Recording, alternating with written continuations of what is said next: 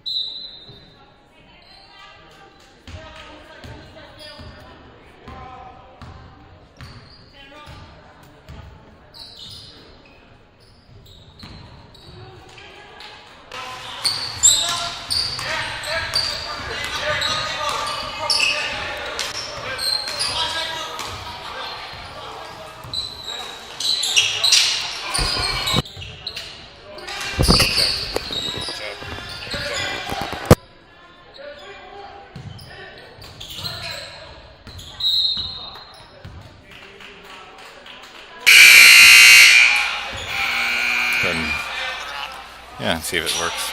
Actually, I think I'm talking into it right now.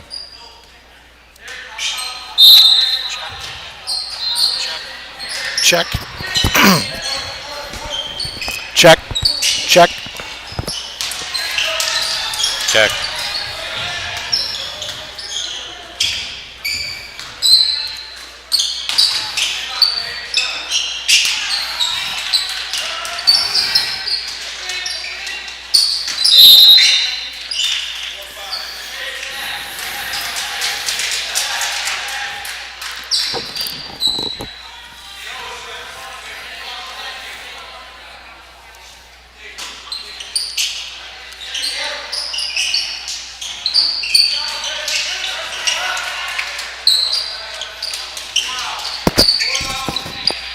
You want me to start talking then?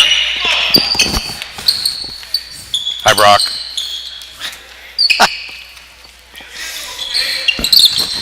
Coach Homeguard watching from afar. Nice little three-pointer attempt by a T-Dog. Tanner Lindemann there.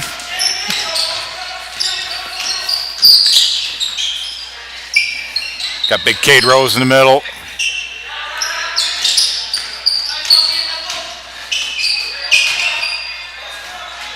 Steal by Bo Ivy. Gabe Niederhoff with the ball down the court.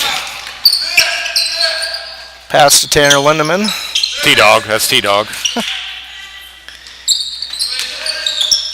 Oh! Good idea there. JV playing a little more inspired than they did the other night. Looking good so far. Score is 5-4. Favors of the guests, but not for very long. Hopefully. Whoa!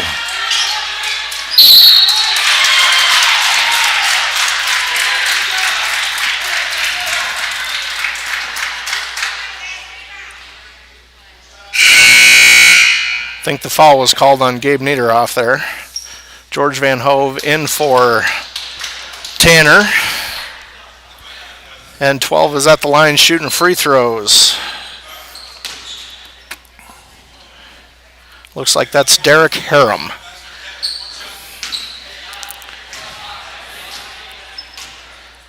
And for the Janesville fans out there, we apologize if we mispronounce the name tonight. Cade Rose with the rebound. Pass it off to Gabe Niederhoff, bringing it up the court right about now. Passes George. George going for the three. Oh.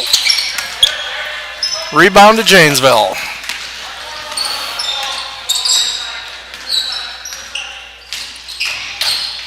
Oh, Carlson Ivy. There we go. Charge called because Carlson was being held as he tried to retrieve the ball. George Van Hove to take it out for the Cougars.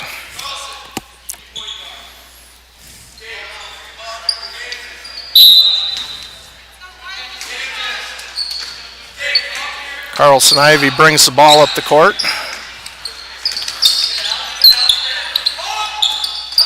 Gabe Niederhoff for three. Good. Good.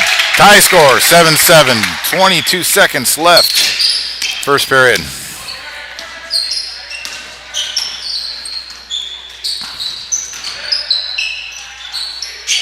Nice steal by Gabe. 10 seconds left. Up the court he goes. Going the distance. And one. Gabe Niederhoff with the and one. Nice drive there by Gabe.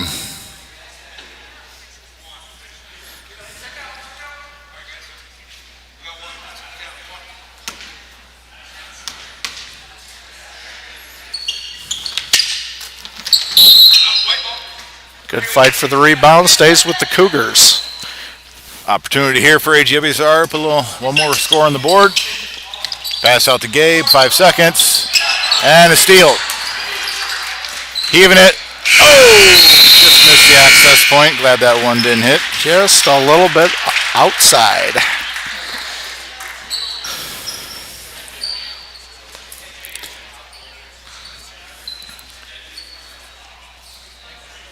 Folks at home, this is our first attempt this season with the live streaming, and tonight is our first attempt with a little bit of color, I guess, with the game. So hopefully it helps with the viewing pleasure and helps you identify some of the kids you might not be able to see quite as well from the camera view. You're doing a great job there, Coach. I'm just filling in until Coach Huber gets back from Walmart, so keep up the good work. And that is Coach Culver, our technical advisor. I'd like to give a shout out to Brent Herrenstein for loaning us his computer tonight to get this endeavor going. And also to the school. I mean, school board, the administration, they've purchased all the stuff to make sure that the live streaming's been made available. And I believe later in the broadcast, we're going to mention a lot of sponsors that have donated money to make this all happen also. So kudos to the AGWSR community as we get back to the action. Rebound by Cale Culver. Going the distance. Passing out. Talon Muchler just off the rim. Just there. A little short. I think he should have kept going there, but I'm a little biased. Yeah, that's a problem. Nice Another steal. Nice steal. He's got a little more under control. 4-3. A little more under control, please. I think Nike should look at new brakes for their shoes. Because I think with better brakes, he would have stopped there. He gets a little overexcited.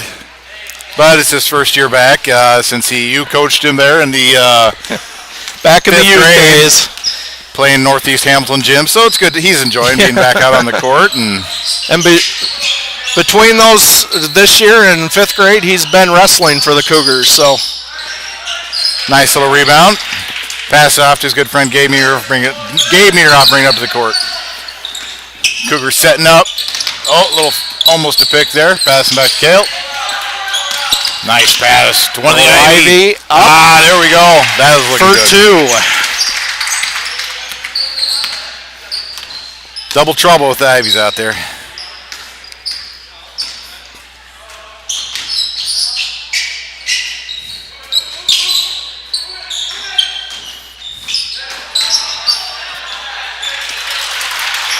Nice pass off the rim there.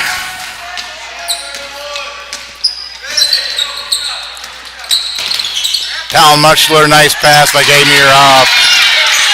Cougars send their lead to 4. Plenty of game left though. We can't rest now. But they are looking very smooth. You can tell Tuesday we had a little bit of the holiday rust, I thought, and things are looking better tonight. Not to give the broadcasters jinxed anything. Yeah, I think he did. Or I don't know, maybe that only works on field goals in football and free throws in basketball, but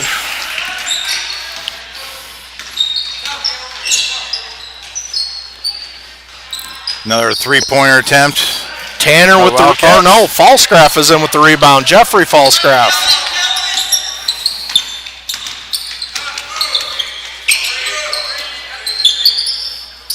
Niederhoff to Culver, back to Niederhoff.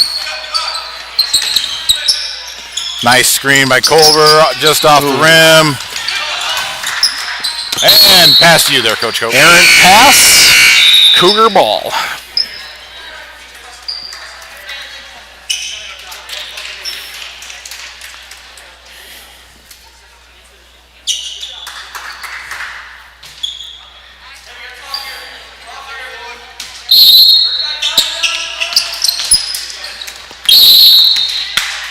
Foul on number 2, I believe. Still not shooting on fouls yet. 4 apiece. Errant pass by the Cougars. Janesville ball. Subs in Cade Rose, Carlson Ivy, Tanner Lindemann. Out Bo Ivy, Cale Culver, and Talon Muchler. Jay Jansen at the helm for the Cougars tonight.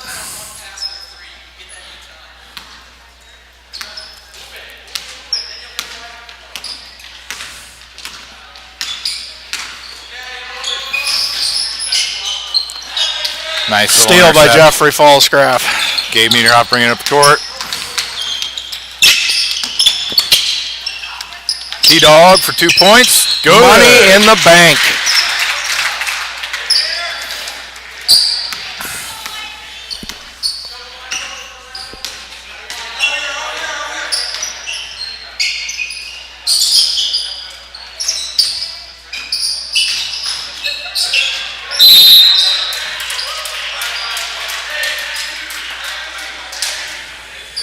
Okay, I think that's the first foul on Cade Rose.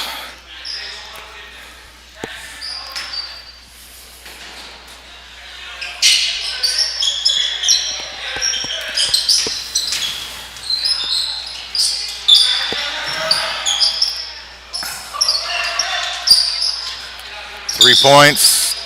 Janesville. Rebound, Gabe Niederhoff.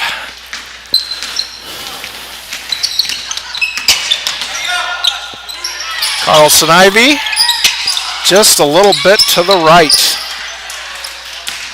Janesville back up the court.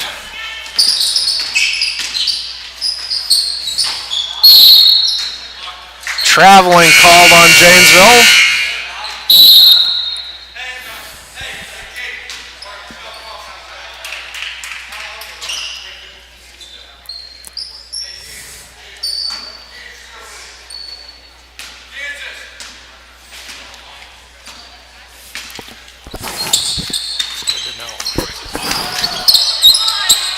Pass out to Jeff Falscraft. Shot from downtown. No good.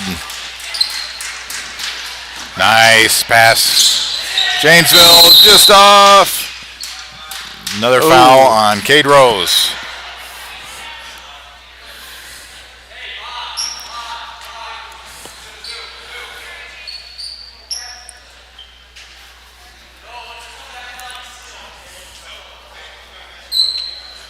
Okay, they called it on the floor, though, so no foul shots.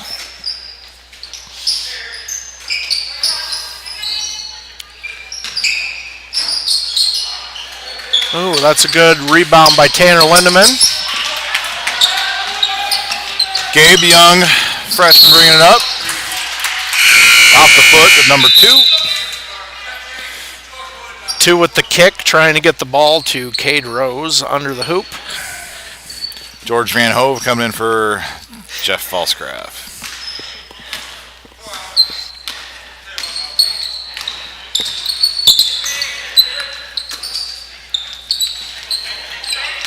Carlson driving in. Pass it out to Gabe. Good defense by the Wildcats there.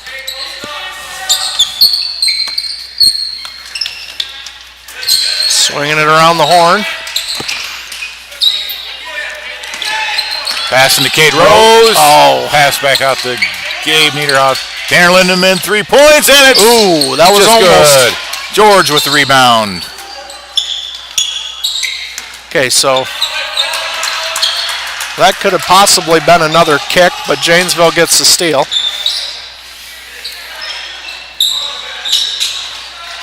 George Van Hove with the rebound. And then there's a foul on top of it.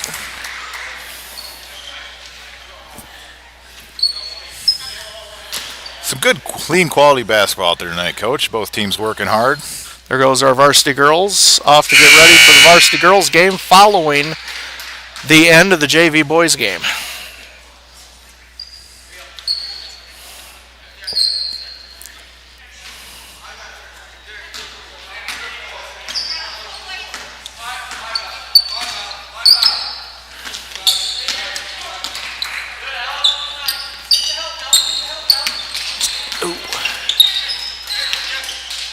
Gavin Bustrom is in right now. And Carver Brown. Tanner Lindemann up with it. Oh, just off the back. Just off the back iron. Tanner playing strong under the hoop tonight. Good job, Tanner.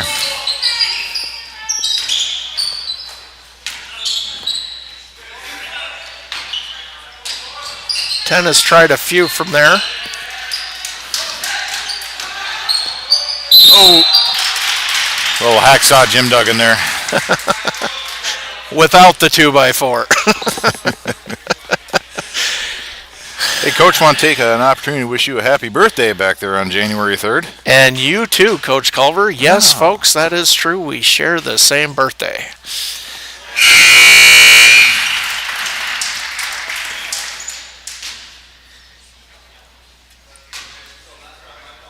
I've noticed though in the school announcements there seems to be quite a few January birthdays in the AGWSR school district. It is Student the and number staffs. 1 month, I do believe, for birthdays. Under a minute to go. Gabe Niederhoff just off the back iron.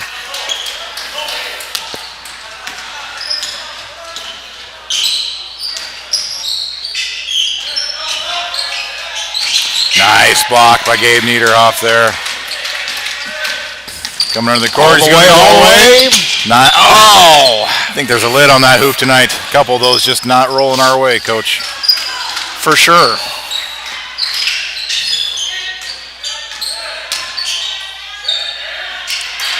Oh, we haven't had a hand up in 12's face. That was a good shot on his part. Tie game just before halftime here.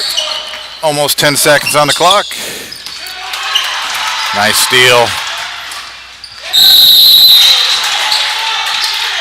Both Tanner and number 2 went hard into the wall there. But number 2 will have to earn the points if he's going to get any on this trip.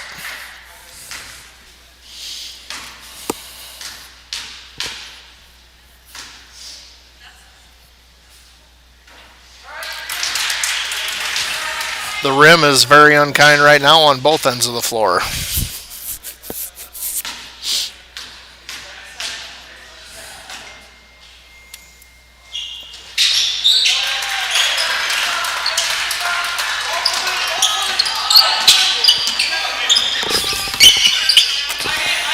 One second later, Tanner. Oh! 16-15. Wildcats take the lead in the halftime. Would like to take this opportunity to say hi to my mother and stepdad watching down in West Des Moines. That's the beautiful thing about this streaming there, Coach. I kind of wish it was around years ago so they could have watched, grandparents could have watched the middle school games. Yep. And we are going to be streaming middle school games on our YouTube channel, so be staying tuned and watching those as well. No, and that is if there is maybe one blessing from COVID, it is that this stuff is live streamed now. I know for my own kids, wife's grandmother and aunt and great aunt and uncle live in Holland, Michigan, and they can watch the Cougars play basketball all the way in Michigan this year. So, and their grandparents on Christy's side, her folks, they live in Rock Valley, Iowa, so even northwest Iowa. So we are all over, possibly the globe. The globe, yes. Globe. So it is that is one of the good fortunes of all of this happening, I guess, is more people can watch now. Maybe not live, but around. Hey, you know, it's amazing, the technology that's come from this. This Huddle Focus camera wasn't really even for streaming come the springtime, but, you know, necessity has driven it into production. And, again, like you were saying earlier, Coach, it's been a nice team effort from the school board, without a doubt, approving it. We got some really great sponsors. I think we picked up one more, possibly mentioned here in a bit. The administration was on board. Brent Herrenstein was in over Thanksgiving break, hanging it up on the rafters. Mr. Carson's right there. So it's really been just nice to see everybody come together, and just it went from the time Governor Reynolds announced that there was going to be restrictions. It went from that to a matter of a couple of weeks, and we had it up and running. So there's been some glitches along the way, but it's a learning curve and a half. It is, and that is one of the headaches that only you deal with. But I want to say, too, as I look at the officials, Mr. Dennis and Mr. Ackerman are officiating the JV, and folks, there is, and this is no joke, there is an official shortage in the state of Iowa. So, we just want to thank the officials. You might not always agree with their calls, whether it's football, basketball, or any sport for that matter, but without them, we could not play our games. And if you are thinking about someday, it might be fun to officiate. Like I said, go through the proper channels, get that certification, because there is definitely a shortage. So.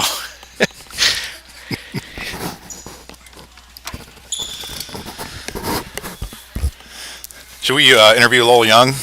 Lowell, would you like to be interviewed? He is He is walking across the state or the floor right now, and he is another. We've mentioned the administration, the janitors, the tech staff.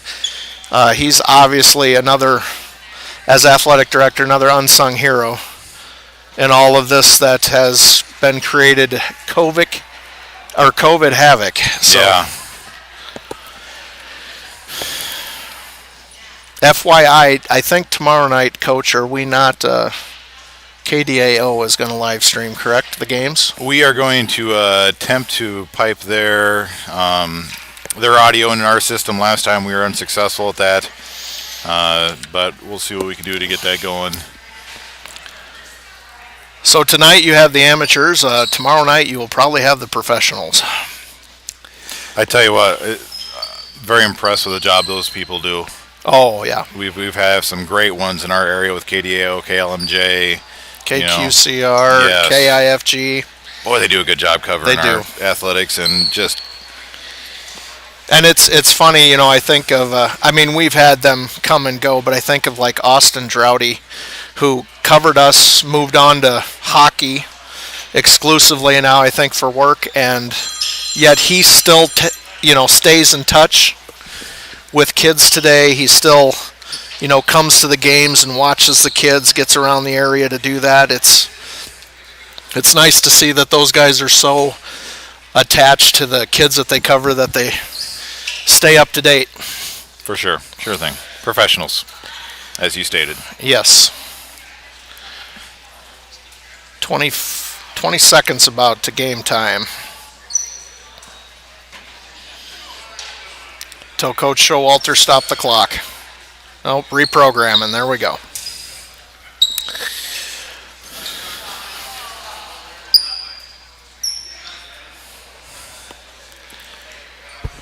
I think halftime of the girls' game, we're going to get Coach Hubners to sing Casey Kasem's top 10 hits from the 80s, right? That sounds good to me.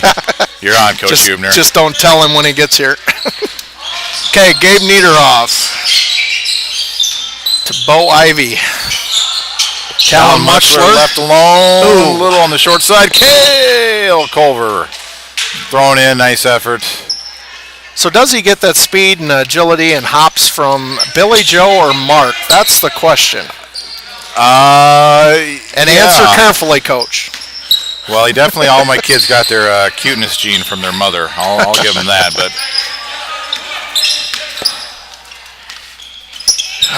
Jeffrey had a hand in his face, still made the shot. Good solid kid there, that number 23 going to the basket. He's gone up there a couple times. Strong to the hoop. Hey, Coach Carstens.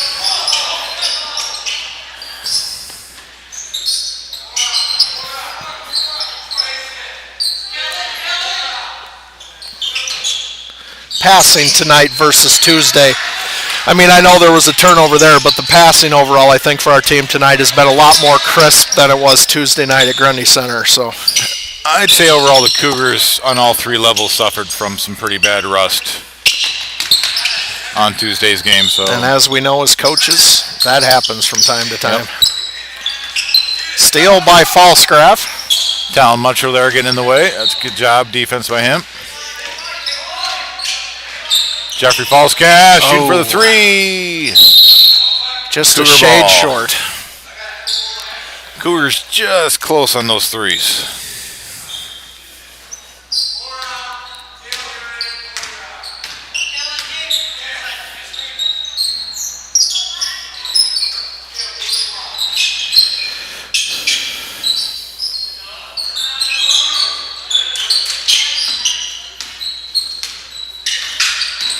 Oh, Ivy. Thought he was going to take it in there. Nice. But the dish to Niederhoff for three. Tied up.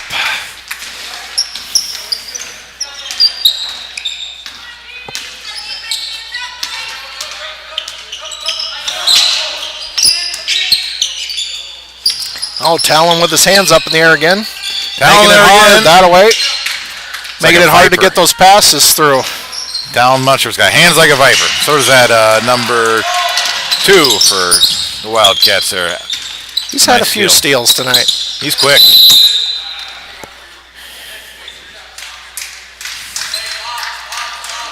think Kale was attempting a tackle there.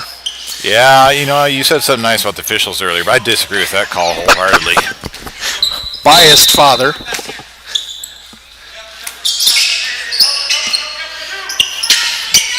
Leading the Wildcats low in the corner. Nothing but net there on that one.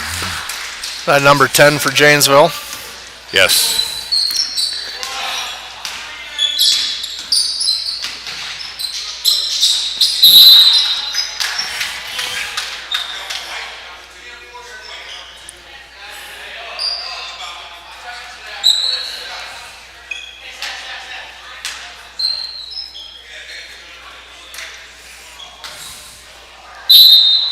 Not sure what the foul was there.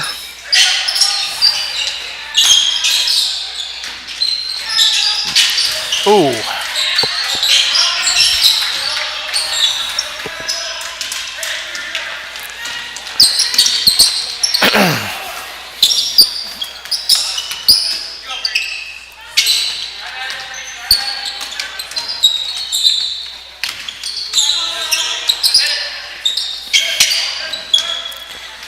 Over and back on the Wildcats.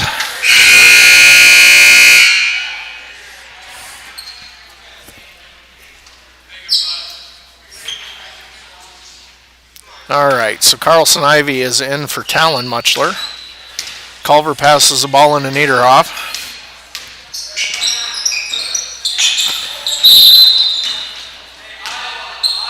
I don't know if his pivot foot moved or not, Coach. I don't think so. But that's okay.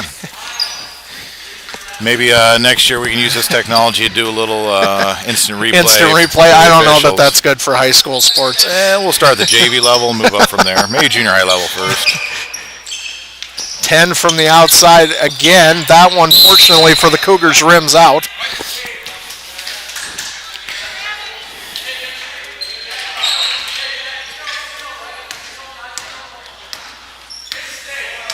Niederhoff again down the court for the Cougars.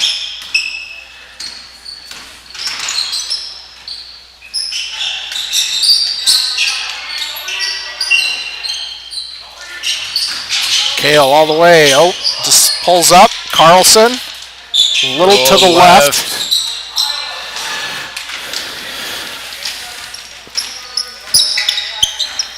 I think Kale just has to get his confidence to shoot a little bit more here. Well, and it definitely... There we go. Stay under control. Little rolling. Nice.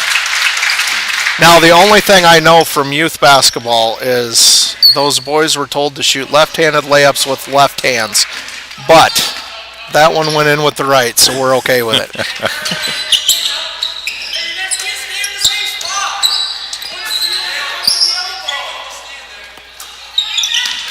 Oh, that away. Cade got his hand in there. Then Kale does. Jeffrey with the steal. The court here. Nice Carlson with the layup. Money. 22, and the Cougars 21. have the lead back.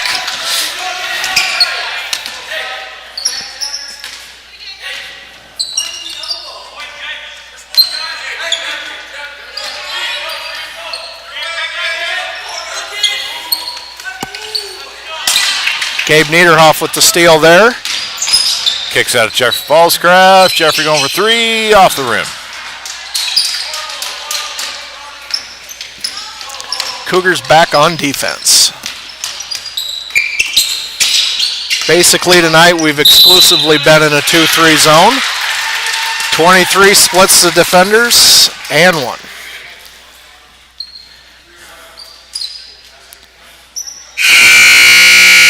All right, Tanner Lindemann in for Jeffrey Falscraft. George Van Hogue coming in for Carlson Ivy.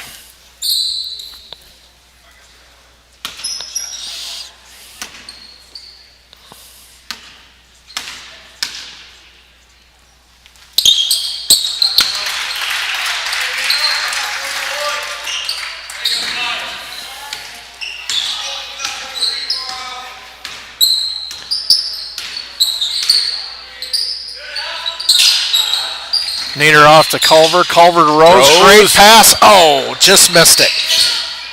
And then Kale up. And one. And one. And he is thrilled. It's always good to see the kids get excited. Gavin Bustrom entering the game. He is must be going in for Kale. In for the shooter, folks. I'd say put him in now, let him take the free throw. That's why.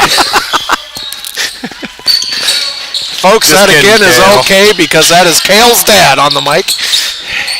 No, like I said, he's having a good time out there. Coach has done a nice job, and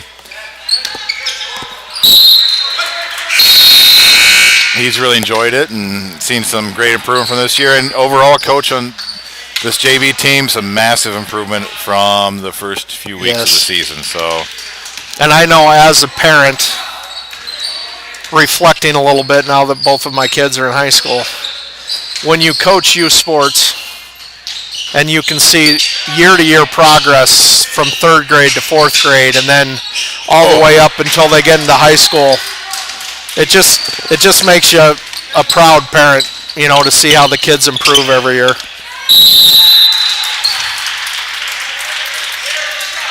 Way to be physical down there, Cade. I think they called it on Cade. Maybe the foul was on George Van Hove. Can't tell you for sure. We'll send a text message to Coach Showalter at the scores table and see what he says.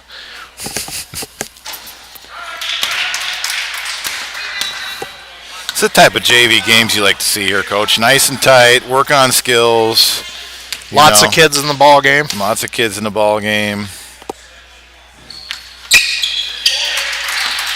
Nothing worse seeing a JV game where they're up by 40 points and they're still pulling off the full court press. Some good quality basketball going on here tonight. Coaches got their eyes on making sure the kids are getting a chance and improving here and working on the skills they're going to need. Cade Rose with a good attempt in the lane there with a pass from Niederhoff, just a little too strong.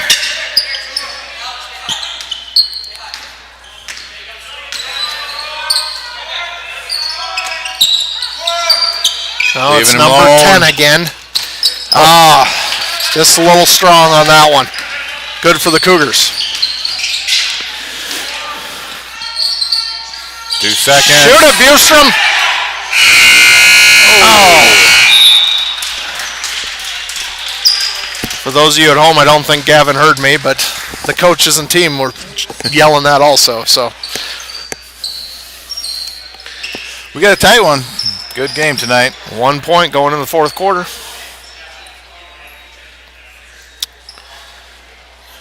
Yes, folks, from time to time I do wear the Captain Obvious hat.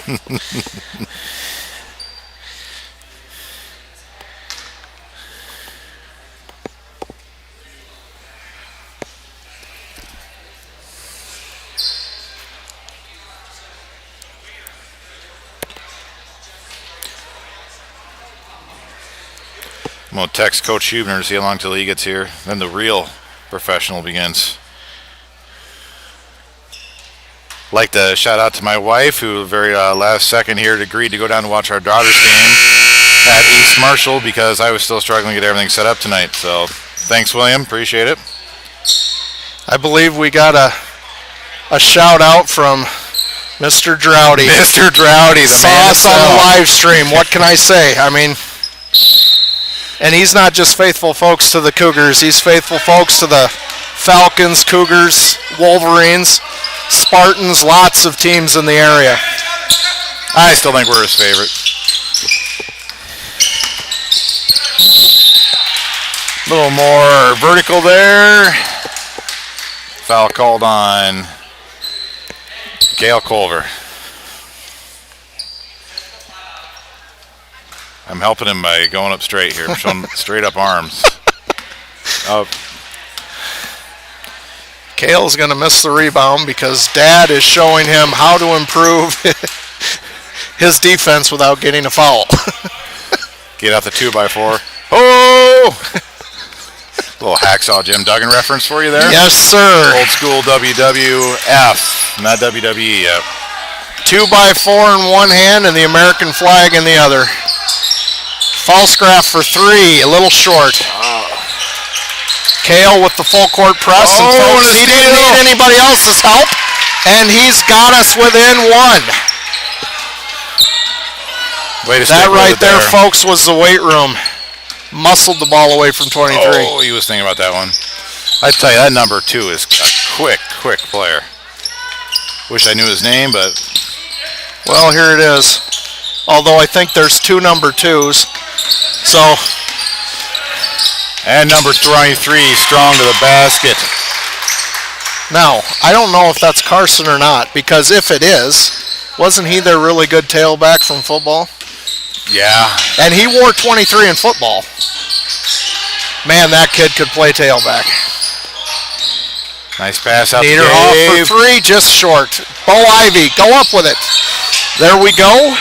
Oh, a little strong. And Kale trying for his 3rd foul tonight. No. I think Bo was compensating for an expected foul and didn't get it there. A little strong to the rim. Oh, don't let 10 shoot it.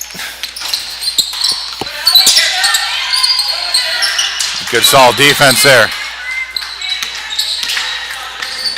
Kind of hoping one of the Cougars will end up like the vintage NBA Jam video and be on fire. That would be nice. Bo Ivy, missed shot there. Janesville with the basketball coming down the court.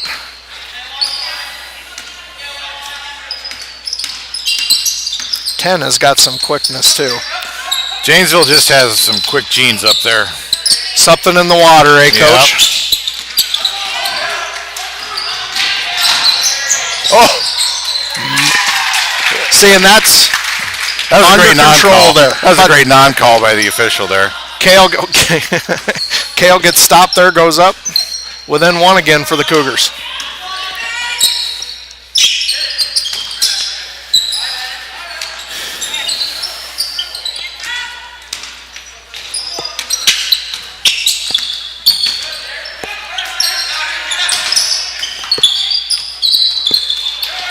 Rebound by Jeffrey Falscraft. Pass off to Gabe Niederhoff. Cougars with a chance to take the lead back. Coach Jansen wants to talk it over.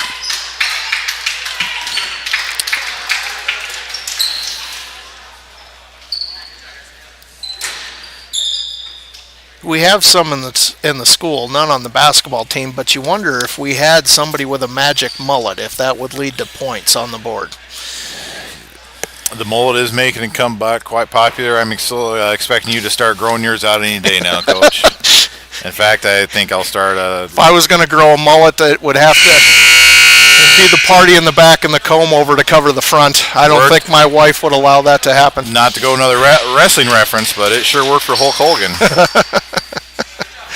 Real American. Yeah. Hulkamania.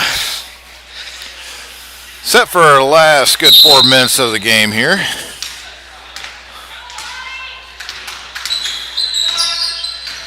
Bo Ivy up. Money. Yeah, That away. nice. Contested shot. Cougars are up by 1. Ivy kid's a hard worker there. Battling in the paint. 10's directing traffic.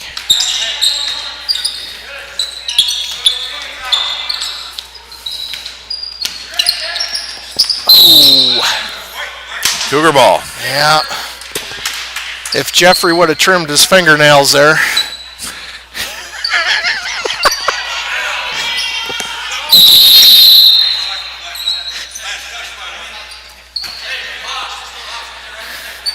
Yeah, I think if Jeffrey would have trimmed his fingernails there, it would have been off black, but it looked like he touched it.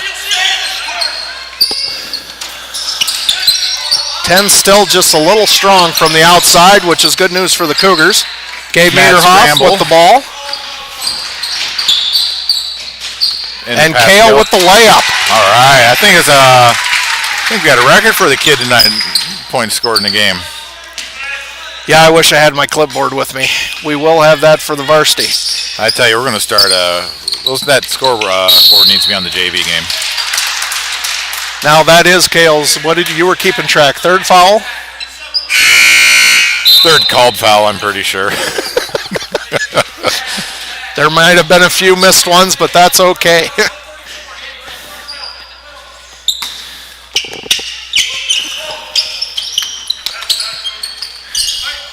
Number 10. Out to number 2. Kale. Stolen by Kale. It's got to be his third or fourth steal of the game. Reverse layup. Man, he would have been feeling it tonight if he'd have made that one, Coach.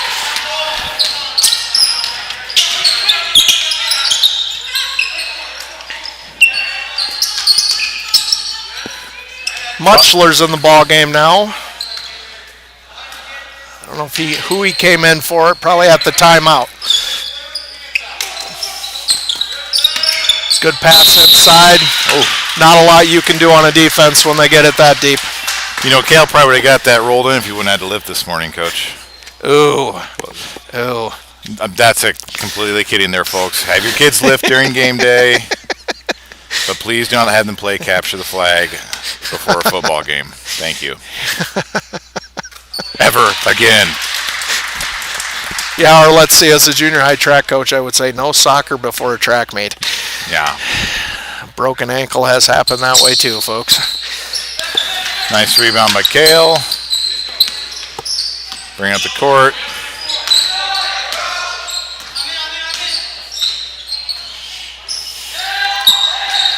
No, yeah, that's true. Coach Culver's right. I mean, our varsity basketball players all lift. He is feeling it. That's got to be the NBA Jam reference of the game. He is on fire. He just lost his, mad scramble for the ball. Nice pass. And number 23 kid strong of the hoop. That's number 4, though. Oh, there's only 2 minutes left. That might dump a little water on the flame there. Those don't carry over to the varsity game, do they? No. Okay, we're good. It's 5.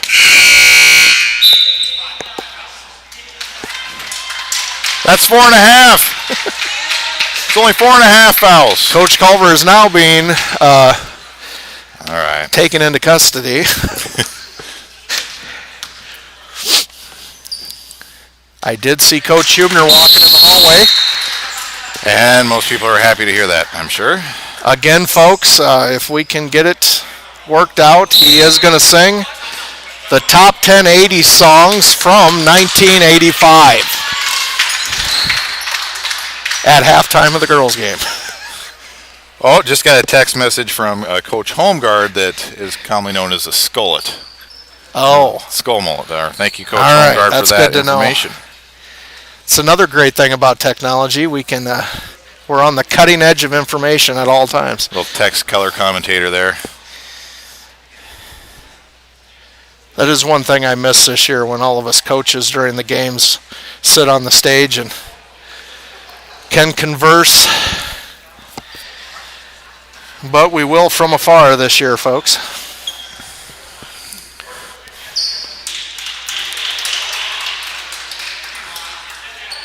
And pride of the Ogden Bulldogs, Bill Hubner has arrived. Good evening.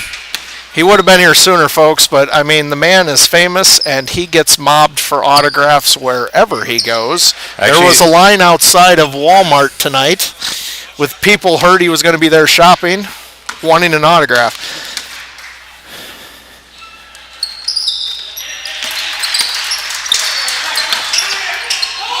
Down Muchler. Oh! He looked back just in time. Yeah.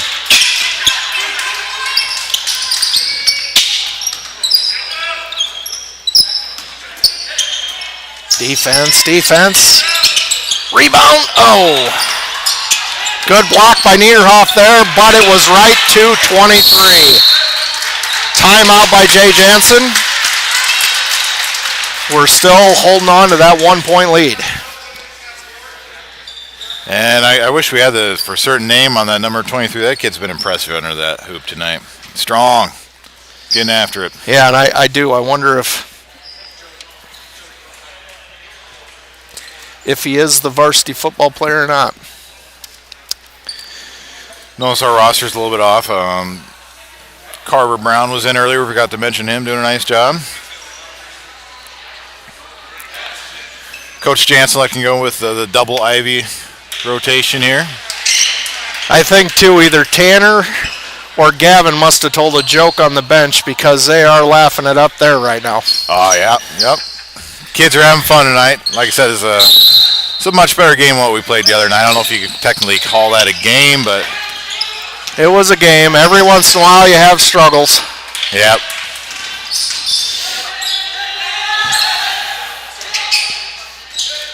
Ooh.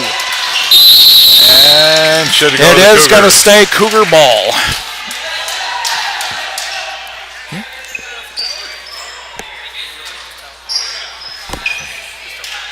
Yeah.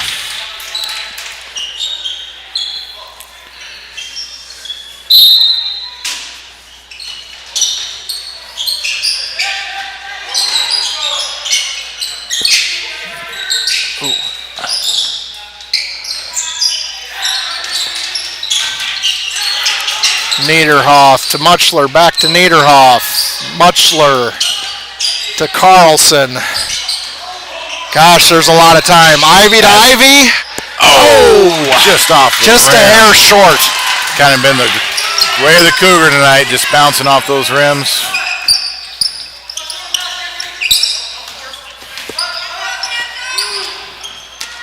If I were us, I'd triple team in number 23 right about now. We got to watch number 10. He's quick. You might even use the word wiry. Yes, yes indeed. And he is at the free throw line, folks, hoping to give Janesville the lead back. Coach Huebner put away the air horn.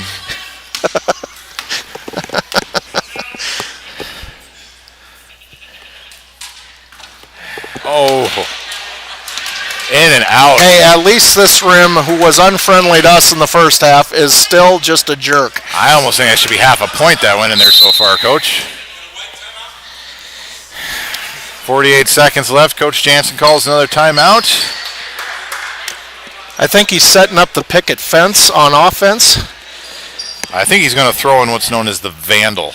Yeah, I don't know. The picket fence worked better for Hickory multiple times.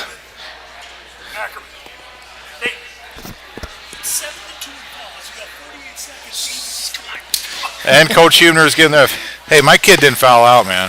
Coach Huebner may not be here to call the girls' game because he might get asked to exit by the JV officials. You know, that official acronym, and my kid went to, Bible school together, and you think that would help out a little bit, but I guess not. Not there watching Reform, but catechism together for many years. You got to call the game ethically whether you know the people or not, folks. I guess.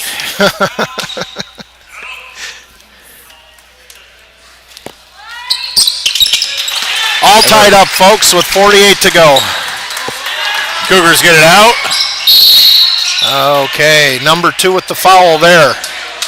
But we are a long way from shooting, folks. Coach, I'll be honest with you. How many fouls we have to have? I don't know that information. 7. Okay. 7 for a 1-and-1, 10 for automatic 2. Unless it's a shooting foul, then you'll get 2 shots at any point in the game. Okay. Never played basketball. Nice. Strong hands by Gabe. You missed it earlier, Coach Huebner. Cale Culver was on fire. 4 steals, 3 layups, and a 3-pointer. And 4.5 fouls. And yet they took him out.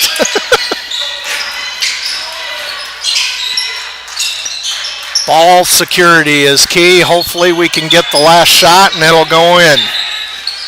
Ooh. That was close. Makes you hold your breath, folks. Carlson Avey to take the ball out.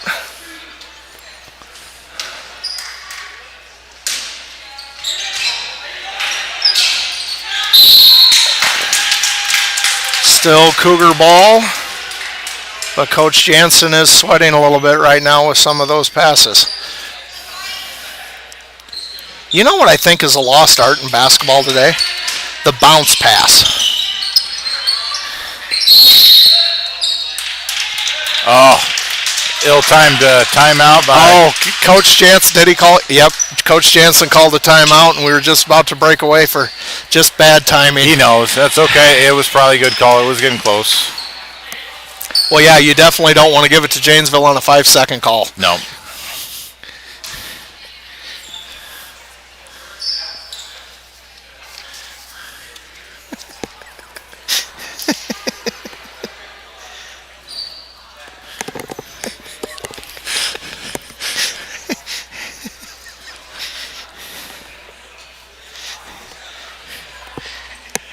Had another shout out from a parents about our old movie references. Well, folks, if you want rap lyrics, I am not the guy to be calling your basketball game. You know what's interesting about movies too, folks? What's that, Coach? Well, it's interesting in Hollywood today, they're remaking all the old ones. You don't have new movies. You know, you remake The Karate Kid, you remake, you know, The Longest Yard. There's just no more originality. Ooh, get it! Gabe got it. Oh, strong hand. There we go. Reach in on one of the number 2s. Gold number 2. We still don't know which one's white 2 and which one's gold 2. Okay, 9 seconds to go. Niederhoff with the ball. Ooh, travel. Oh, double dribble. Oh, that's unfortunate for Cougar fans. 3.7 seconds. Need to play good defense.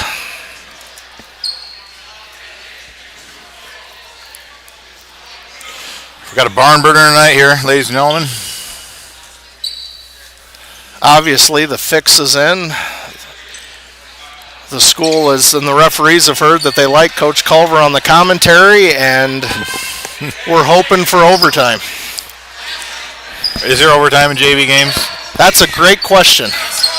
Yes, there is. How many minutes, Coach?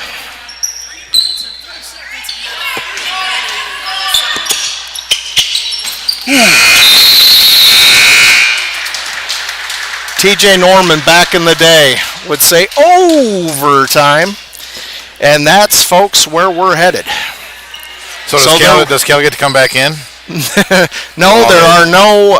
That's 6th foul is only in the NBA, Coach. Wow. See, I think that's a rule change we need to be looking at right about now.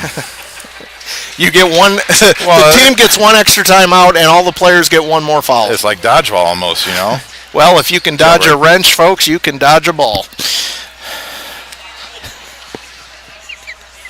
Wow. Not sure where that came from, but that's another shout out to an old person movie.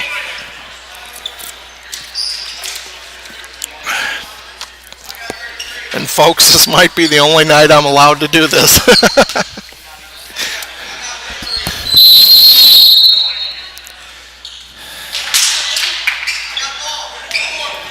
3 minutes put on the clock. False scrap. Oh. And Talon was up for the rebound, just mistimed his jump.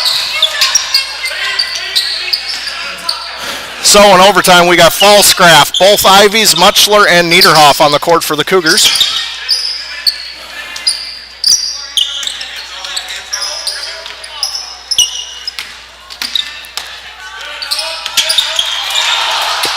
There's that hoop again. Nice pass. Ooh. Whoa, big pass there too.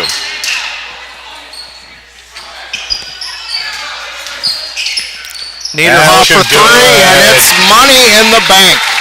Ice in his veins.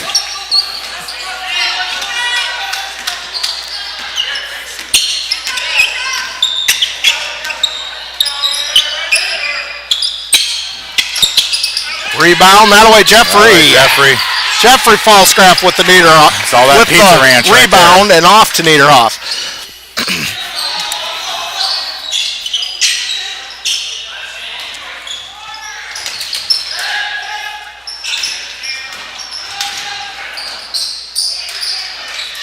Ivy underneath, nothing there. Over to Jeffrey. Back to Gabe. Into Ivy. Going hard up. Passing out to Gabe. Gabe thought about it there. Ooh. Ivy. Oh, there we go. I've noticed too over the years, Coach, it seems like a defender when they swat at the ball like that, whether they touch the kid or not, you're going to get called for the foul because it just doesn't look good. But Bo got good position. Not much an option. Ball got down there. A little bit off to the right there for Ivy. Be nice if we could make one of these and make it a 4-point lead.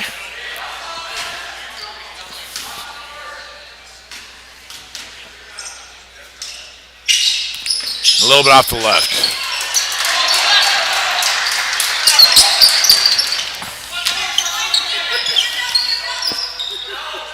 Three-pointer, no good.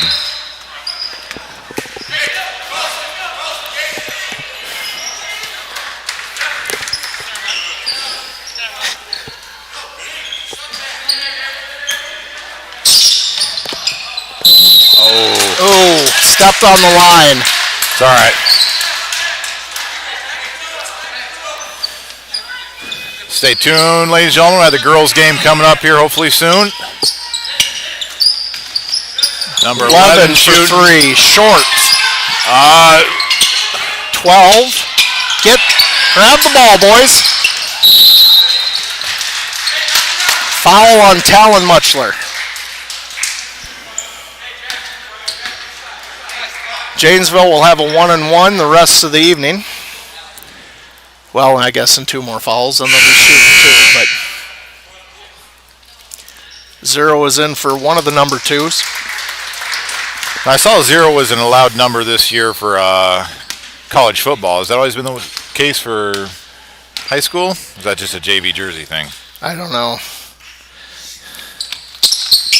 few years ago, says Coach Hubner, and he would know.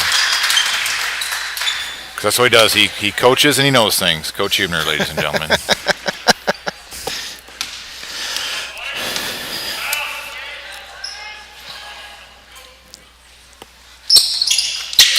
Ice in his veins. Okay, it's down to 1 again. Janesville in the full court press. Niederhoff, Ivy, back to Niederhoff. Falsgraf to Niederhoff, to Muchler, And to Ivy. Mismatch there. Yes! Thanks it. Cougars are back up by 3. That way, Ivy. 2 driving the lane. No look past to 12. Guard number 10 at the baseline, boys. Number 23. Here he comes. Rebound. That away, Falsgraf. A little strong for tonight.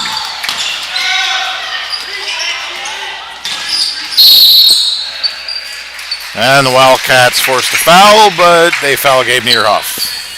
But we're And still not shooting. Boy. See, that's one of those, if you watch an NBA game, you just no look, throw it up to the hoop, and suddenly it's a shooting foul. Yep. Niederhoff to Muchler. Back to Niederhoff. Got to hold on to the ball for 9 seconds, boys.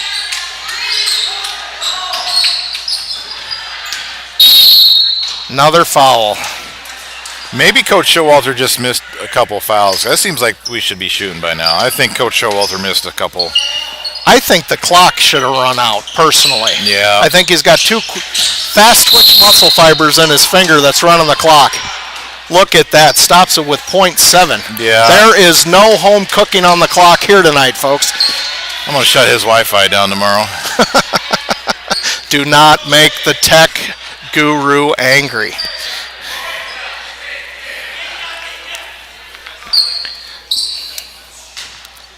Talon Muchler at the line. Silent. Oh. From the coal mines of Geneva, Talon Muchler sinking it down. That's nice stuff right there. That Good job, is Talon. Franklin County water, folks. Cold as ice. Tough as nails. There we go. There we go. That should seal the deal for the Cougars tonight. Off the top rafter, no points there. Good games by both teams. I'll tell you what, class act, those Janesville Wildcats. Nice job by their coach.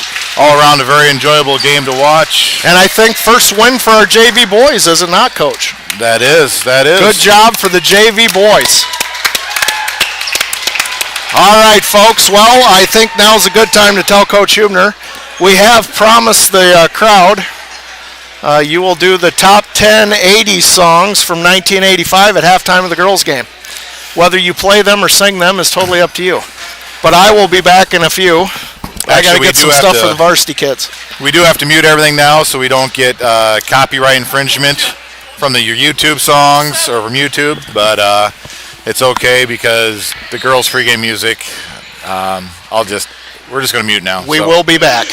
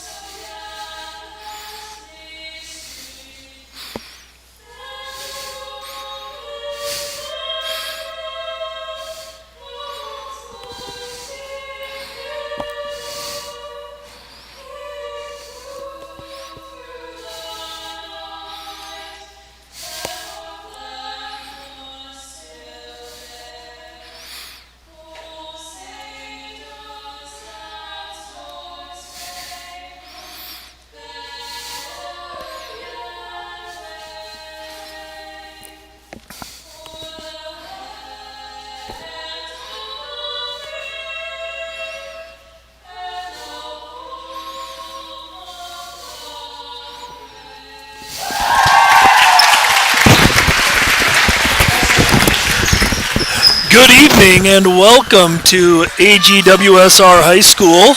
Tonight for Cougar girls basketball, the AGWSR Cougars enter tonight's ball game at 5-2. They are taking on the Janesville Wildcats. The Wildcats come into tonight's game with a 1-9 record. On the call tonight, we have James Cope and I'm Bill Hubner. Hope you enjoy listening as you watch the game. The starting lineups for Janesville. You have Naomi Hovinga, Piper McCarville, Hope Hovinga, number 24 Cameron Umtham, and number 52 Chloe Kinney. For the Tigers, number 12 Alyssa Hames, number 14 Bryn Smith, number 40 McKenna Cooper, 42 Morgan Baker, and number 44 Grace Finger. Cougars, coach. Cougars. What did I say? Tigers. Oh. Sorry about that. Got my teams messed up. Janesville wins the toss.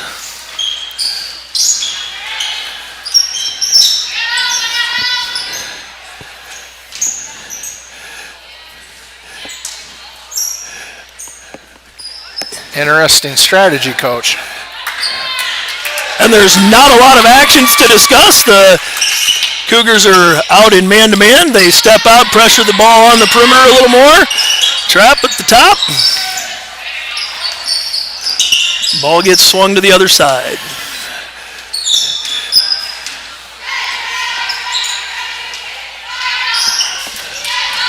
Wildcats are using a 5-out offense where they're going to pass and cut through. Try to create some space underneath the basket. Going to force the Cougars to come out and apply a little more pressure defensively. Nice back cut with the...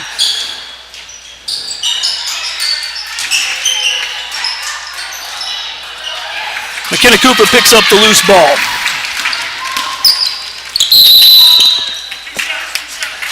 And we've got a foul underneath with the block on the breakaway layup.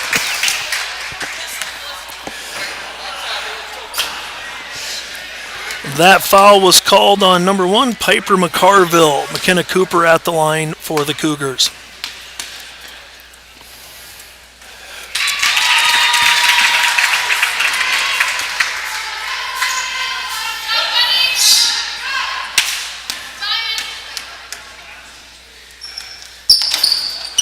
Cooper knocks down the first 2 points of the game from the free throw line. AGWSR comes out in a 1-2-1-1 press.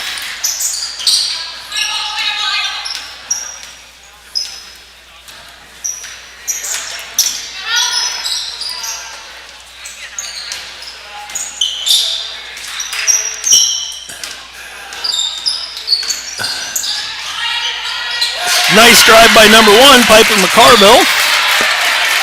Score is knotted at 2.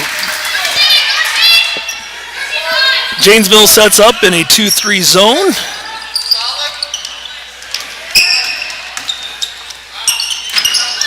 Hames with a good drive, could not finish.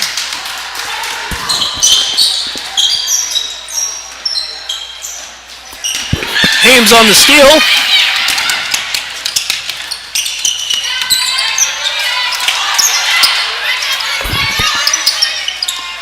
Grace Finger finishes after the rebound.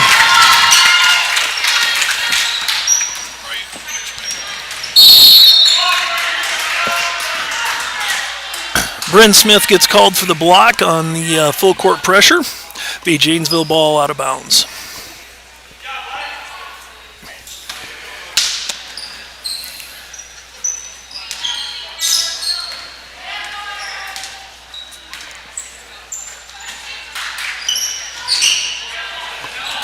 McKenna Cooper with a nice help side defense there on the cut by 0 Naomi Hovinga. And ball is turned over to the Cougars.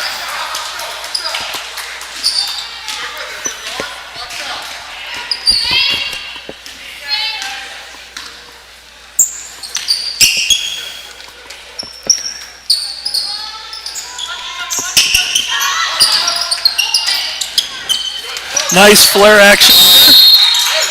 Shot didn't fall for Hames. Cooper on a nice rebound, or a nice force of the jump ball underneath.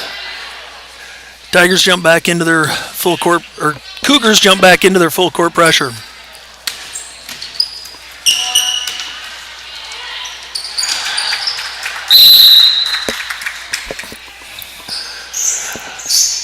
Ball turned over on the long pass out of bounds.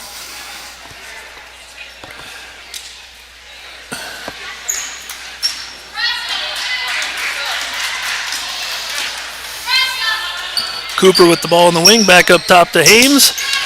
Baseline to Brent Smith, skips it back across. Cooper on the drive. Block is called. No. And they're going to call it on the floor before the shot. Be the Cougars ball underneath.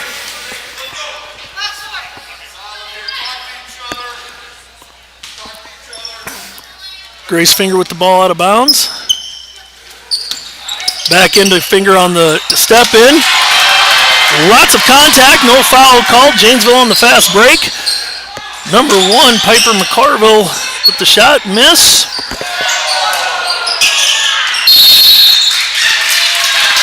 Carville walked, it will be the Cougars ball.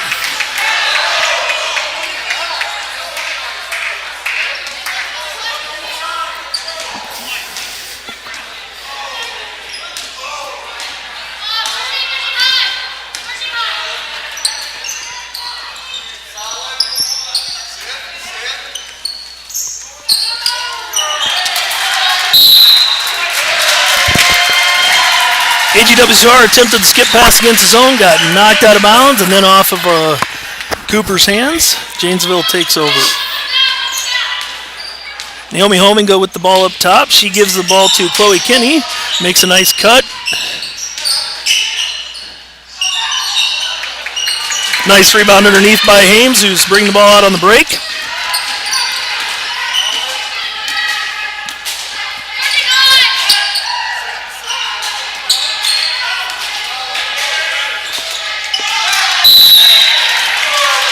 Ball knocked out of bounds by Janesville. The Cougars ball on the side. McKenna Cooper with the ball out of bounds into Hames. Bryn Smith on the wing. Ball gets reversed out of the corner to Grace Finger. Finger hits Hames on the cut. We've got a hold on Janesville. That'll be their third team foul of the night. Be Cougars ball underneath.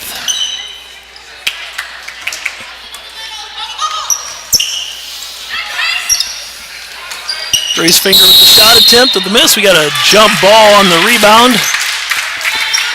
Stays in White's possession.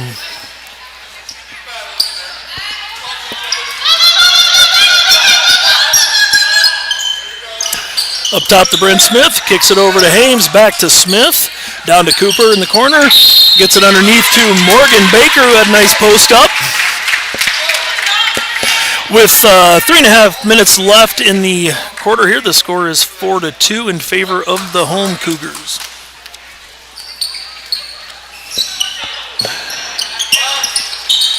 And that's Alyssa Hames out of the corner for 3 on the out-of-bounds play. Cougars back into full court pressure.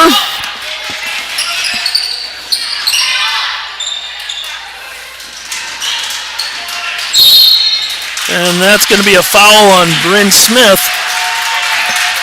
Coach Cope, right now the Cougars are getting a lot of hands-on balls out of that full court pressure. Just haven't created the turnovers that they want to get out of it. Pace of play, though, is definitely favoring them with what they want to do. Yeah, absolutely. Ball into Hope Hovinga, who throws it to her sister Naomi Hovinga.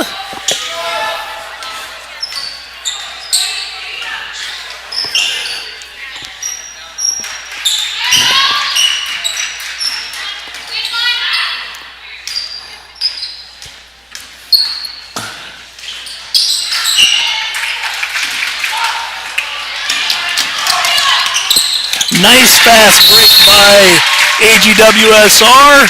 Kenna Cooper with the lay-in at the end off of a nice pass from Alyssa Hames. Janesville Wildcats call the first timeout of the ball game. Ladies and gentlemen, we would like to thank the people that make the live stream possible for us to do so that you can watch these games at home. We appreciate Greenbelt Bank and Trust, G&B Bank, and People's Saving Bank for providing financial resources to us to allow us to bring a live stream so that people at home can watch the game. I know when I'm not here helping with the color commentary, I like to watch the games at home, so thank you to those people. We also had one other anonymous donor that helped support our kids here at AGWSR. AGWSR drops out of their full court press. Looks like we're going to see half court man out of the Cougars. Coach Kensley Hooger is in the ball game for Bryn Smith right now. First sub of the game for the Cougars.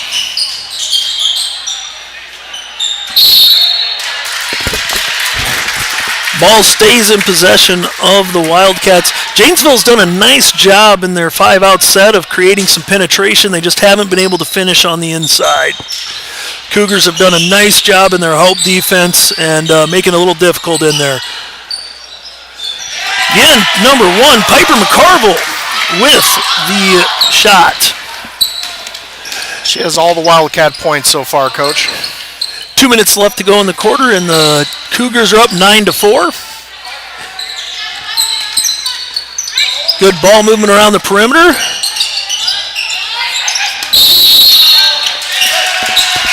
Grace Finger tried to attempt the drive from the top of the lane there. Unfortunately, she took an extra step before she got the ball down.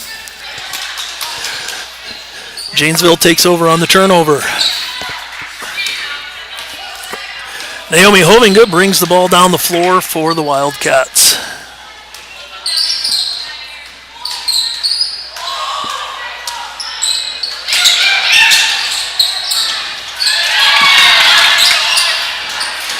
Nice pressure defense there at the top of the key by the Cougars, forcing the bad pass. They force yet another turnover.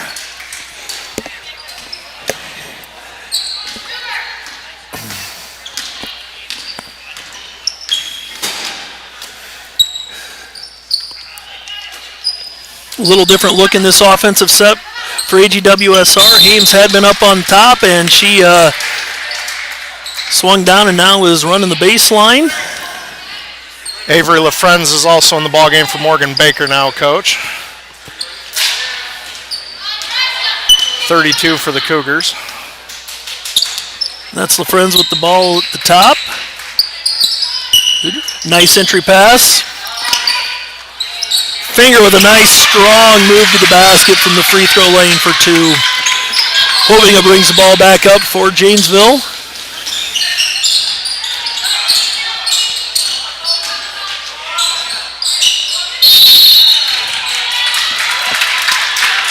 Had another foul on the rebound against Janesville.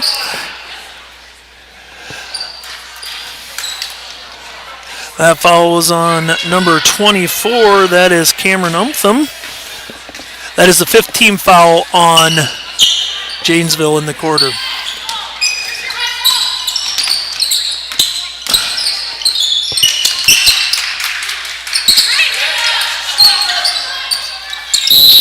Finger with another strong post move. Gets knocked to the floor. We will have 2 shots on the foul. It's 3 fouls on number 1, Coach. Piper McCarville, who's had a very active first quarter, picks up her 3rd foul. Finger at the line. Knocks down the first one.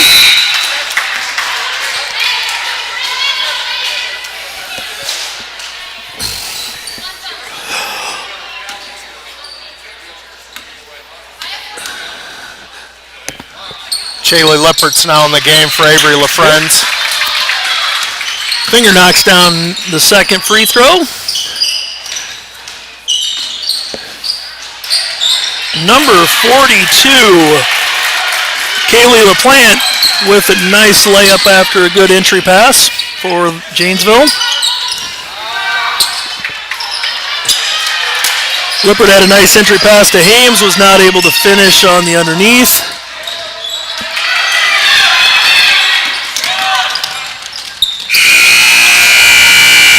And at the end of the first quarter, AGWSR 13, Janesville 6. Coach Cope, after you watch that first quarter there, what are your thoughts on what you're seeing? Well, one of the problems I think that could be occurring for the Janesville Wildcats going forward is number 1 has 4 of their 6 points, but she's out of the game with 3 fouls already in the first quarter. So that could spell some scoring problems for the Wildcats so far. But otherwise, for the Cougars, I mean, you've got Finger with 6, you've got Cooper with 4, and Hames with 3. Good even scoring for the big 3 scoring-wise for the Cougars. Yeah, I think AGWSR has done a nice job in their pressure both in the half court and in the full court. Created a few turnovers along the way, but they've certainly just made Janesville's guards uncomfortable handling the ball. Janesville's had some opportunities when they have made some drives to get some looks at the basket, have struggled to convert some of those. But those 3 fouls on Piper McCarville, I think, will be a big factor here because she'll probably have to sit for a while here to start the second quarter. For sure. Bryn Smith is back in the ballgame for the Cougars and Morgan Baker, so we have our starting 5 for the Cougars, Coach. Yep, for the Cougars we have Alyssa Hames, Bryn Smith, Morgan Baker, Grace Finger, and McKenna Cooper on the floor.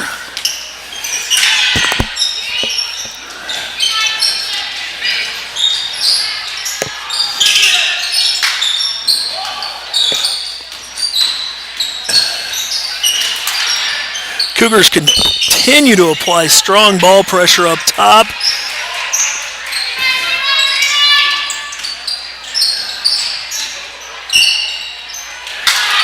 McKenna Cooper with the steal.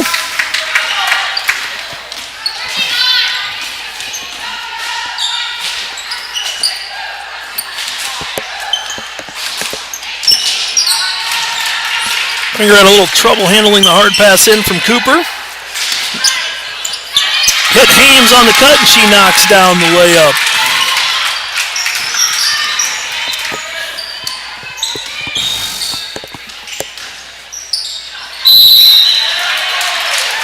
Janesville pushes the ball down the floor there, gets a quick shot up, gets fouled on the attempt.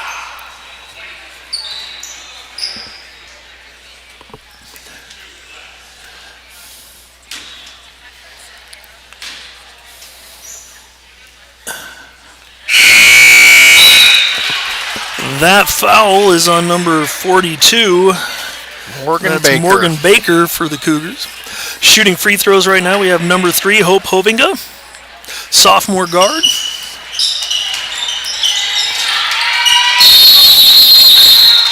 Scrappy play with Bryn Smith and Hovinga there.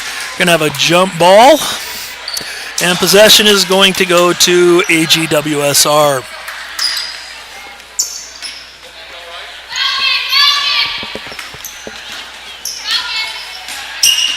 Ames brings the ball up the court over to Cooper. Baker up top.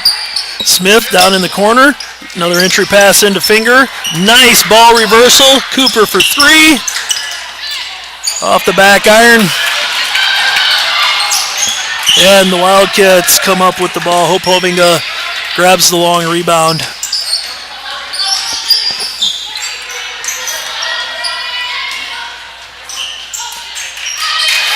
Block shot by Grace Finger down on the other end. She brings the ball back this way.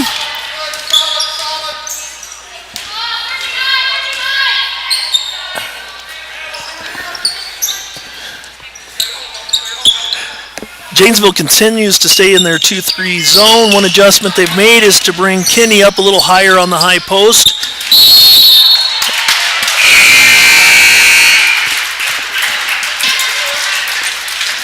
Finger with the right idea, attempting the drive there, just got a little quick with her feet. That's the second time she's traveled tonight taking the ball to the hole. Shaylee Lippert in for McKenna Cooper, Coach.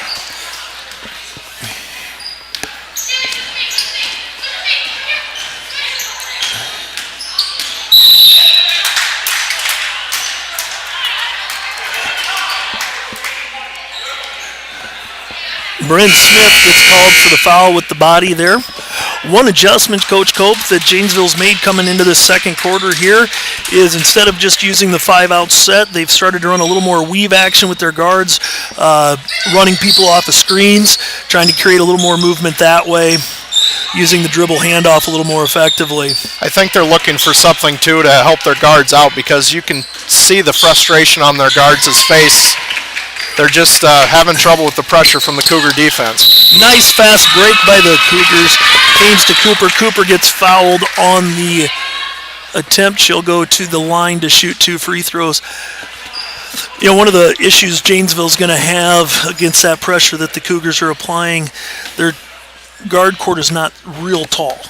No. And they're a little bit of a disadvantage height-wise, and it's going to make it a little tough for them against that extreme pressure that the girls are putting on them. Cooper misses the front end of the 2-shot foul. Score with 5:31 to go in second is 15-6. McCarville's back in, coach, with 3 fouls.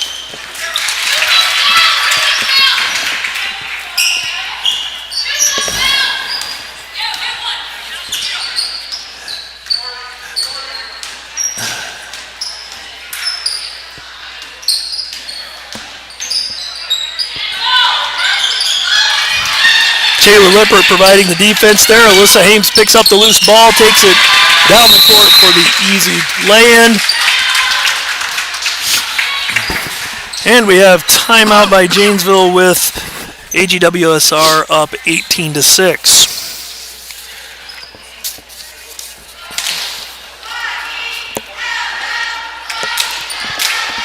Okay, and we would like to thank a few more people for their donations. The Hairmeister, Adrian Hoffmeister, Zach Alders Trucking, and Shipper Home Construction. I'm sure Clarence and Marcia will be at home watching the varsity boys if they're not watching the varsity girls right now, as Coach Shipper is their son. So we appreciate all 3 of their support, obviously, because, again, we can't make this happen without all of you faithful Cougar boosters.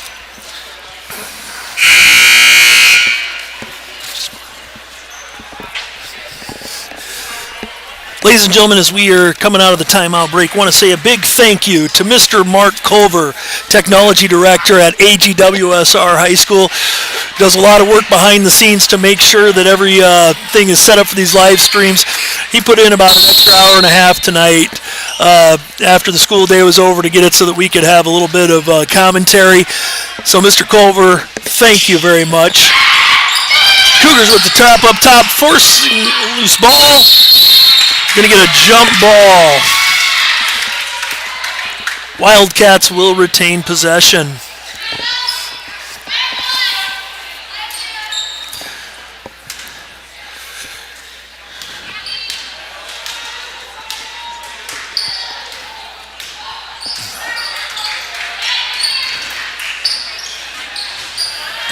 Very nice pass and cut with the high post flash there for Janesville. That was Naomi Helvinga with the lay-in off a nice pass from Kinney.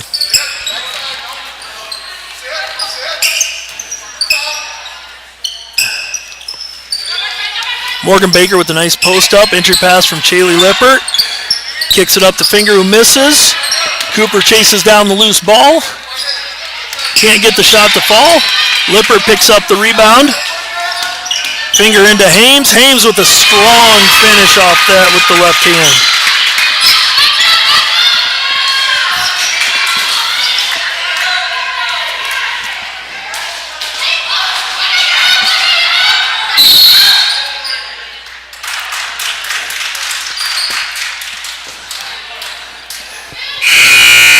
Chaley Lippert called with the hold there on defense for the Cougars. That is the 5th team foul on AGWSR. The Friends and Hoosier are back in the game for Baker and Lippert. And there was a travel on that end. Off the inbounds pass, Cougars bring the ball down the floor with Hames running the point. Get zipper action there out of McKenna Cooper. Running through that double screen.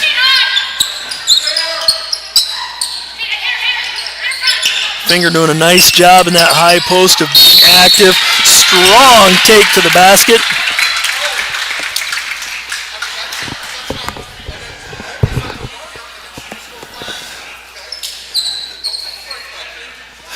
foul on number 52, Chloe Kinney. That is her second foul of the evening.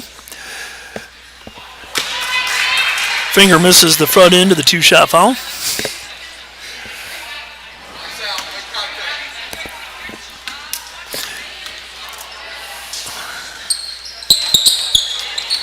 And Kinney with the strong rebound off the miss. Naomi Hoviga brings the ball down the floor for Janesville. Ball goes out to Piper McCarville.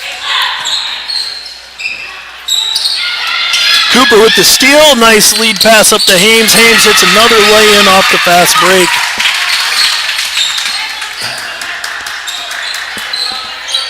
Naomi Hoviga with the ball again.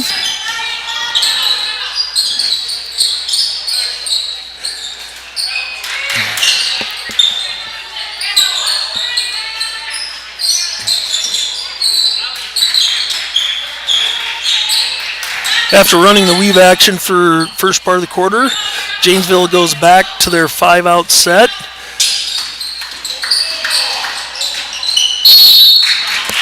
Holding it, trying to make something happen to his ball off her foot. Will be the Cougars' ball. Morgan Baker steps in for Grace Finger.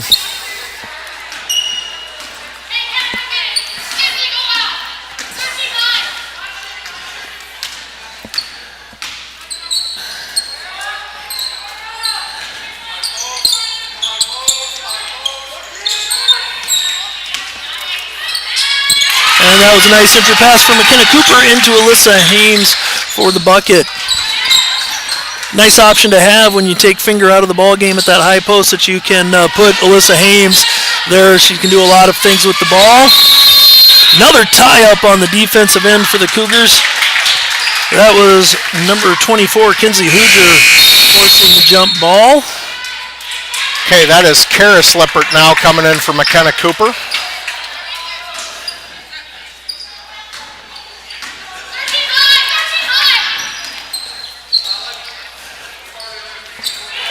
Right now the Cougars have two starters on the floor. Three of the girls are on the bench with a 24-8 lead. Nice entry pass into Baker. Baker wasn't quite able to get the shot up cleanly, and she gets called for the foul on the rebound with the displacement. And that is her second foul of the ball game. Yeah, right now on the floor the Cougars have two seniors, two sophomores, and a freshman.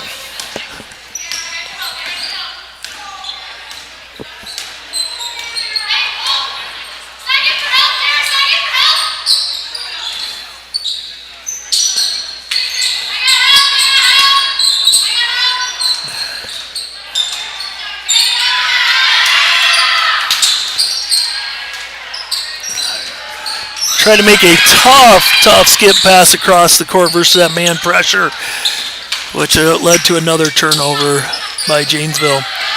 Baker with the ball down on the post, kicks it back up top. Hames at the high post. Avery LaFrance with that shot. Boy, that was close, Coach. That could have been number 4 on number 1. Alyssa Hames tried to get the shot up off the rebound. A lot of across the arm action there, but the ball was just called out of bounds. Baker steps in on the inbounds, kicks it up top. 32, Avery LaFrance with her first bucket of the night. Naomi Hoviga again brings the ball down for Janesville. Up top to Kinney. Down back to the corner to Hoviga. Hoviga with a nice drive. Struggled on the finish. Kinney with the rebound. Could not finish on the rebound or on the second shot. Cougars push the ball nicely down the floor. Hames again from the high post.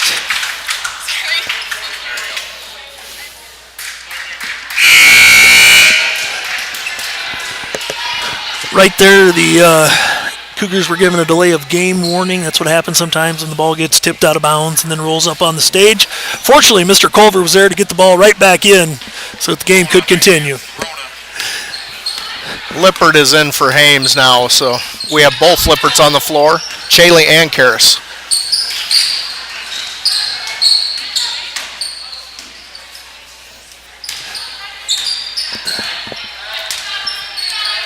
10 seconds left in the half.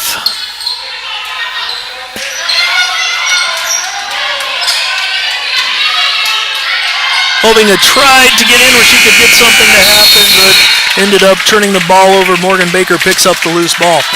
At the end of the second quarter, the score stands AGWSR 28 and Janesville 8. Coach Cope, would you give us a rundown of the scoring for both teams? Yeah, Alyssa Hames, she's got 17 points. Is that right, Coach? Let's see. 12, You're the one with the score sheet, 12 Coach. and 3, yeah, I know. I'm new, folks. No, 12. She's got 15 points. 6 of those on that runner that Alyssa does a lot in the lane. 1 3-point shot.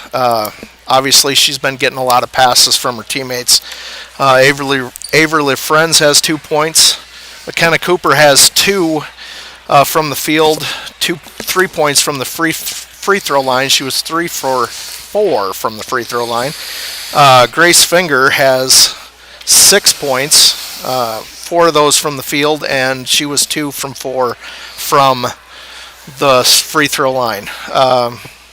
For Janesville, Naomi Hoviga has 2 points. Piper McCarville has 4 points, Coach, but the bigger thing there is she also has 3 fouls, but to her credit, she did not pick up any fouls in the second quarter. She got all 3 of those in the first quarter. And then Kaylee LaPlante has 2 also to round out the scoring. The story of the first half, though, really was the fact that Janesville struggled with the pressure from AGWSR's girls, especially not so much in the full court, but especially there once they got into the half court. AGWSR was able to play that aggressive man-to-man, created quite a few turnovers with that ball pressure up top. A lot of good positioning on defense for the Cougars. Just a solid first half for them. Hames had a really nice finish to the half there. She missed a couple of shots early and then came back and went on a nice run there at the end. Right now, Janesville doesn't seem to have an answer for the high post entry in their 2-3 zone. When Ackley is throwing the ball into either Finger or Hames there, right now they're able to take the ball strong to the basket, and it's causing a lot of problems for Janesville. Be interesting to see in the after halftime what adjustments are made to try to counteract that. And you made a reference to, Coach, earlier in the game about AGWSR's height advantage, and that's not just, your reference was to the guards, the guard court, but we also have a height advantage in the post, and so we are getting some of those offensive rebounds off of missed shots. As you alluded to, the very active hands of our defense. And then to Coach Gann's credit, we've also had solid play by our bench. I think we've played 10 or 11 girls so far in the game, and that makes a difference because, Tuesday night against Grundy Center, Alyssa Hames had foul trouble early in the game, and I think Grundy held her to 1 point for the entire contest, and that obviously affects us because she's a very good player. But tonight, Alyssa's getting her points, Cooper and Finger are getting their points, and if you're watching the live stream, you can see how active the rest of the team is also making sure that the scorers are getting their points, and they're having a lot of success. Yeah, one of the things, having been a coach at another school in the conference and having played against Coach Gann's team, she does a tremendous job of making sure that her young kids are developing and getting opportunities to play. Her teams are always incredibly fundamentally sound. They're not going to beat themselves. And tonight you could see there was not a huge amount of drop-off, especially on the defensive end. When those kids came in, positioning was still good. Help side was in really good position most of the time. And so it'll be interesting to see as the game goes on which kids continue to see more time in the second half. Going to mention a few more people that help support our live stream, our athletic booster club that helps support all of our athletic programs here at AGWSR. So, Coach Cope, could you read off a few more of those for us? Yeah, we'd like to thank Eiton Farms LLC, excuse me, folks, Maggie Allen Photography, and the Blythe Charitable Fund. As Coach Hubner mentioned, coaching in the conference, he has come to us from South Hardin, so once in a while if you get a Tigers reference, that's why. He's been an assistant on the football team, and now we've added him as a teacher at the district, and so we're thankful to have Coach Hubner with us, but as thankful as we are for all of you booster members and community members that, again, we can't say this enough, our thank you to you. And not just for the live streaming, not just for the cameras and stuff to make this happen because of COVID, but, if you watch our kids in any sports, we have state-of-the-art uniforms, we have state-of-the-art equipment, our facilities, for our size school are, just exemplary. So none of that happens without all of you people in the community and your great support. Yes, Coach, I do apologize. A couple times early on, I think I did slip with Tigers instead of Cougars or Wildcats. You would think with two cats playing in the game, I would get the right one. But we're going to step away, take a short break while the teams come back out for the halftime warm-up period, and we'll be back in about 4 minutes.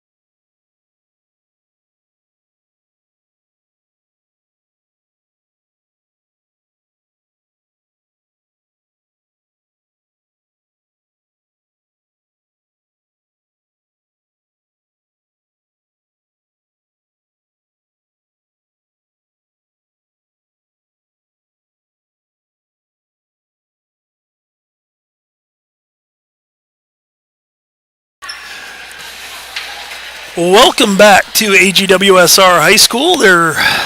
Both teams are on the court. Coming out of the locker room from halftime. 35 seconds left till the halftime break is over.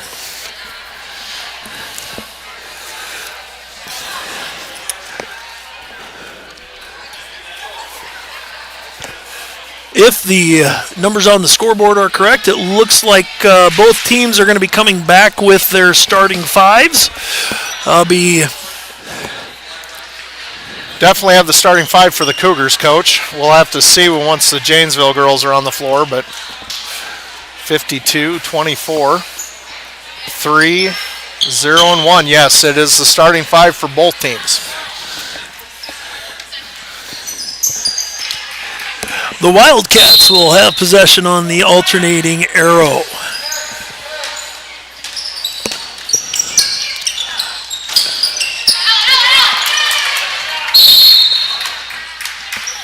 Nice entry pass there by Janesville. Couldn't get the shot to fall. Baker with the rebound. Hames brings the ball up the floor. Over to Smith. Back up top to Hames. Quick reversal to Cooper. Hames with the three-point attempt. Ren Smith dives in hard. A little scrum for the ball. Janesville comes out with it. Hovinga had the ball, threw it away on the back end of the fast break here. Smith brings it down for the Cougars. Skip pass. Another high post entry.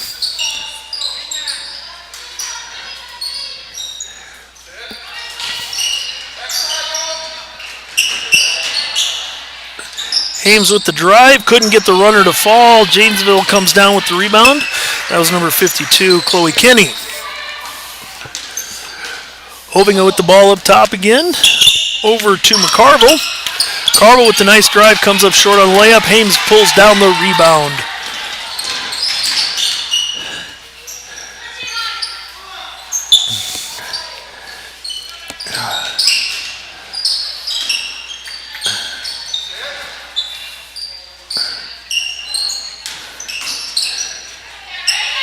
Finger with another drive from the high post, short with the runner in the lane. And Hovinga comes down with the rebound for Janesville. Cooper again with the steal.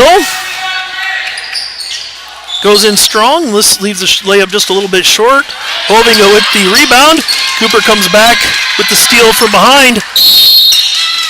Bryn Smith sets the screen for Cooper, gets number 3, Piper McCarville, if that falls on her. No, I think that was number 3. That was on Hope Hovinga. Excuse me, looked at my sheet wrong.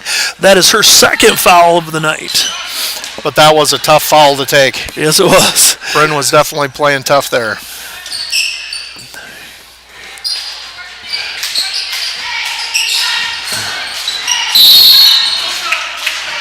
Cooper with the entry pass into Morgan Baker. Baker got fouled underneath. That's the second foul on Janesville for the half.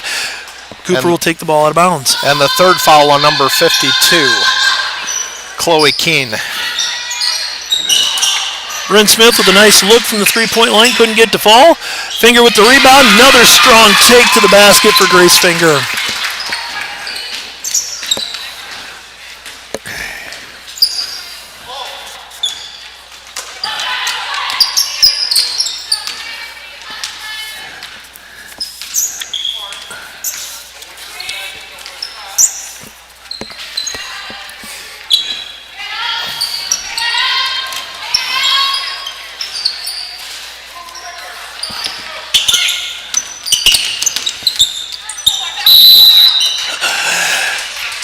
Right there, Alyssa Hames gets called for the foul on the shot. Number 1, Piper McCarville will go to the free throw line for 2.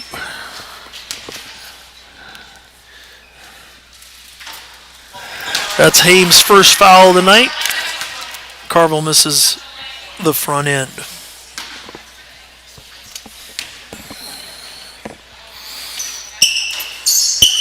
And hits a second. Bryn Smith pushes the ball up to Cooper. Cooper takes it to the corner down to Hames. Another entry into Finger in the high post. Nice kick out to Bryn Smith. A little long on the shot attempt. Hames keeps the ball alive from going out of bounds. Baker turns it over, trying to get it out of that trap.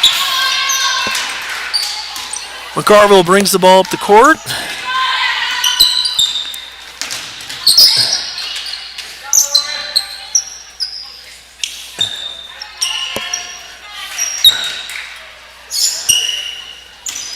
Coach, you think this is for spacing or to slow the game down?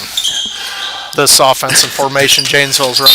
I think two things have happened. Number one, it is a spacing issue. They're trying to get our taller girls spread out away from the basket a little bit. The problem is they're struggling against the pressure defense that our girls are able to apply. Girls are doing a good job moving their feet, so that offense just gets strung out farther and farther, and just not quite as much of an aggressive nature from it. Kensley Hooger came in there for Bryn Smith, and Kara Slippert came in for McKenna Cooper. The other thing is, Coach, too, our girls are, pretty quick, so even when they're spread out, they can recover quicker than most. Yes.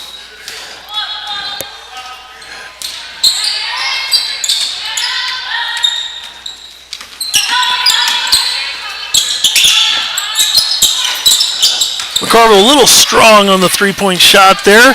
Hames brings the ball down the floor.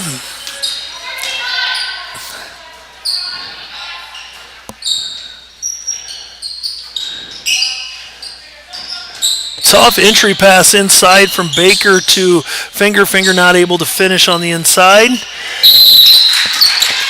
And Alyssa Hames gets called for the reach. Yeah, that's one of those cheap ones you don't like to see a kid pick up. That's Hames' second foul of the night, third team foul for the half. 3:27 left to go. Cougars are up 30-9.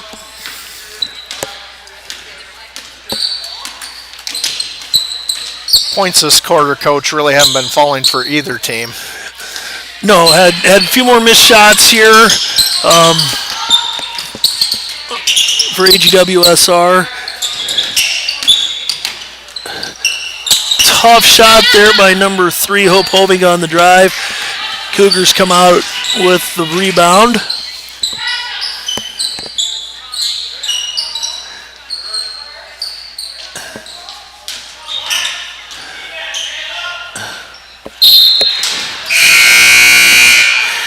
Ball stays in possession of the Wildcats, possession of AGWSR. That call did not make some of the Wildcat faithful very happy. Thought the ball went off Gracie's foot.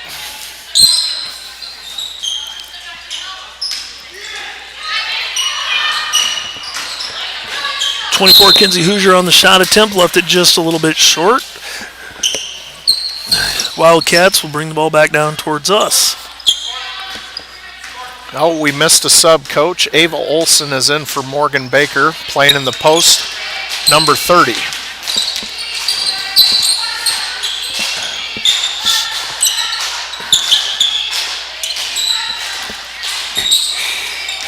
So again, we referenced at halftime Coach Gann subbing. I mean, right now, again, we have 2 freshmen on the floor, sophomore and junior and a senior, so variety of ages.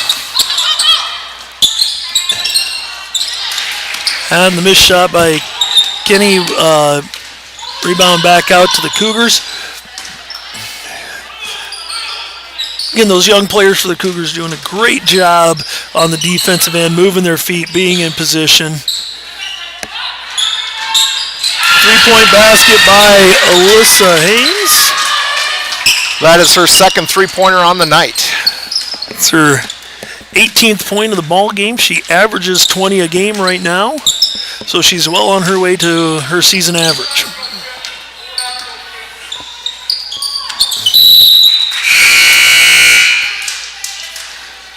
Kenna Cooper comes in the game for Alyssa Hames.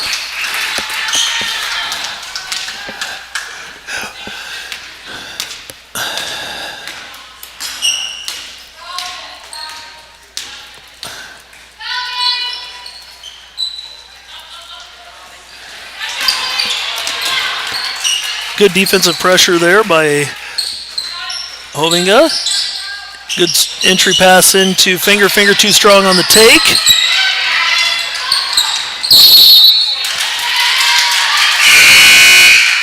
Again, aggressive play after the ball, forcing yet another turnover.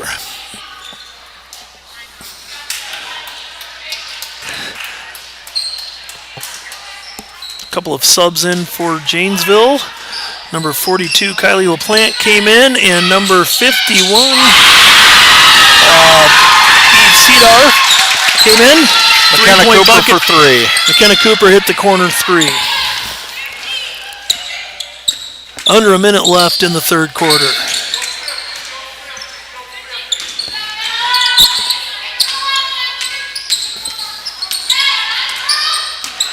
Defense gambles, Janesville drive.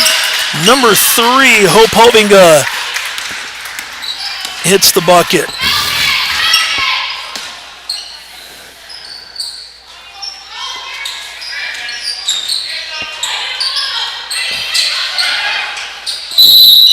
Another good entry pass into Grace Finger there in the lane. Finger takes the ball up strong, gets fouled.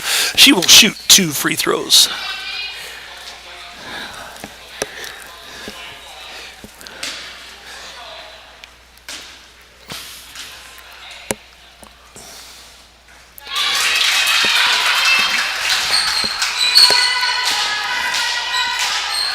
Finger knocks down the first free throw.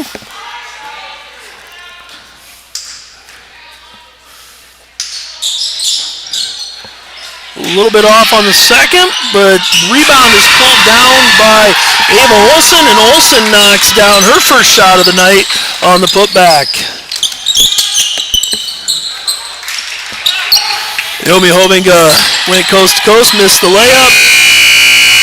Last second attempt by Piper McCarville does not fall. Takes us into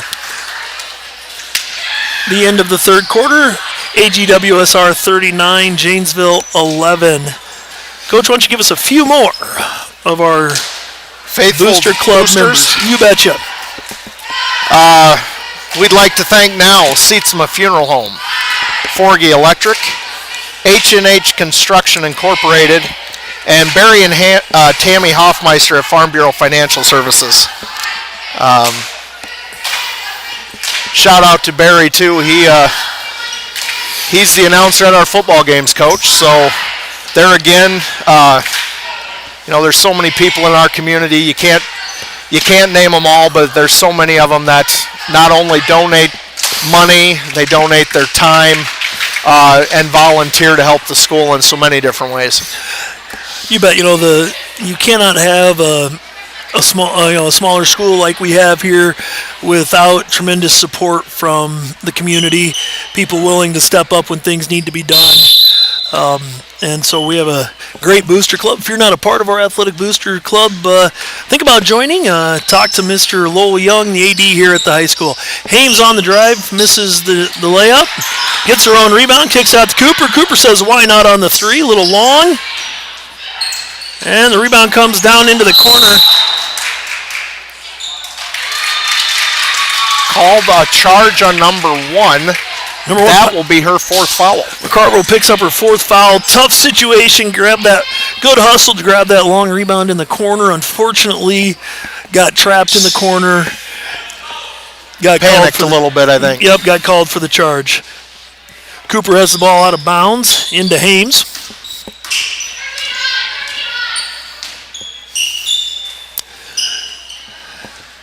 And that happens again because we, didn't get the rebound but hustled over for a trap opportunity on the defensive end and forced a turnover on the foul. Again, another strong entry pass from Cooper to Finger. Finger with the strong finish in the lane.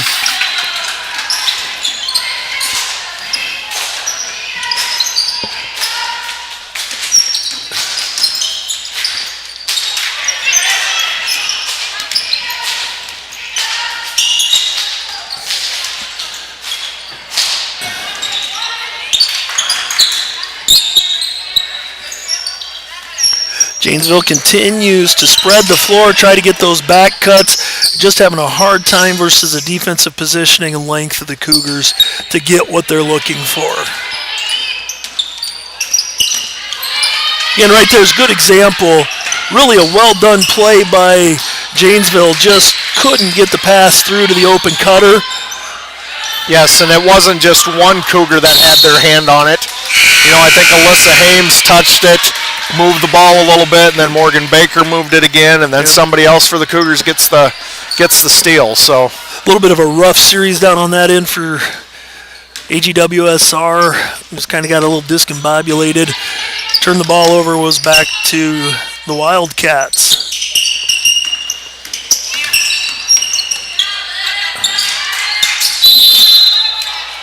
Nope. Again, good help side defense. Stop the drive, force the turnover.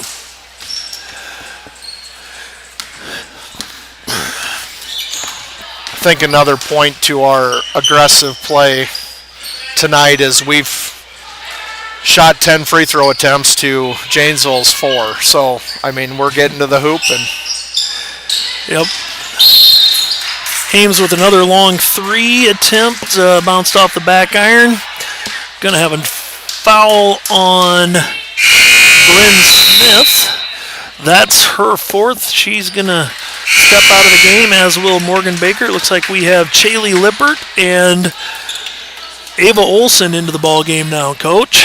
I must have missed a foul because I only have Bryn down for 3. But we are not the official scorers. We are not the official anything. Another turnover on the errant pass.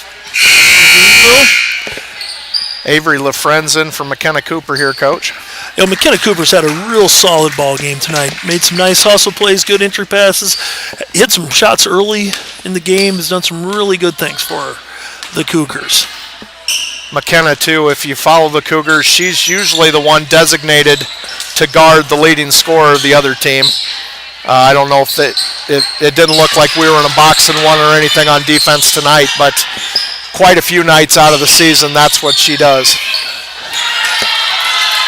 Ava Olson had the ball down to the post, taken away by Kenny. Now right there, you had a senior for Janesville. Just kind of took the ball away from a young player from AGWSR. Nice screen and roll look there. A little bit short on the shot was Kenny, and the Cougars come out with the rebound. The other thing, too, I think we could say, Coach, tonight is even if some of the kids are not in double digits scoring, I think the entire team has done a great job passing the ball. We've talked a lot about Grace Finger and Alyssa Hames at that high post position, but you don't get those opportunities, take those drives. Unfortunately, Finger traveled on the last one, but hold up. We had too many players on the court. I think we had a buzzer from the bench. We missed a sub. I think they put the ball into play too quickly, in my opinion. The official didn't see the sub at the scorer's table when the horn went off. Nobody stopped the play because the ball had already been put in play, but got it all sorted out. Now, Coach, who is out there for So right now Cougars? we have 20 Chaley Lippert, 30 Ava Olson, 10 Karis Lippert, 32 Avery LaFrenz, and 24 Kensley Hooger. All right. So we are all sophomores and freshmen except for Chaley Lippert, who is a junior.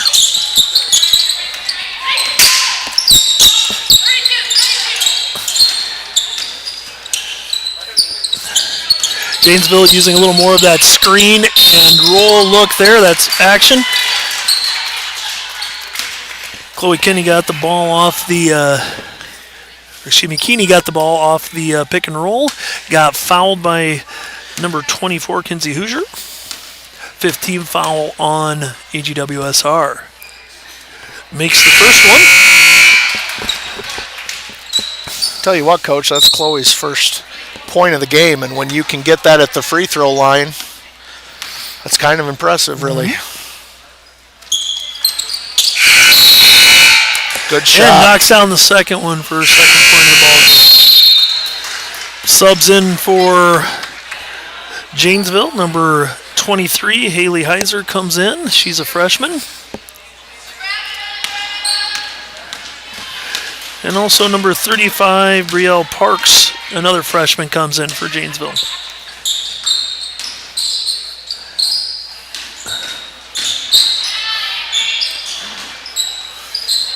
Good thing for the coaches tonight, too. Janesville didn't have enough girls for a JV game, so the coaches don't have to worry about how many quarters the girls are playing. Absolutely. Cougars come away without any points on their end. Janesville on the fast break gets fouled. Foul is on number 32, Avery LaFrenz. But that's just another example, Coach. They have a breakaway layup, and the Cougar speed just gets back. You know, nothing's easy tonight for the Wildcats. Hope Hovinger hits the first of two.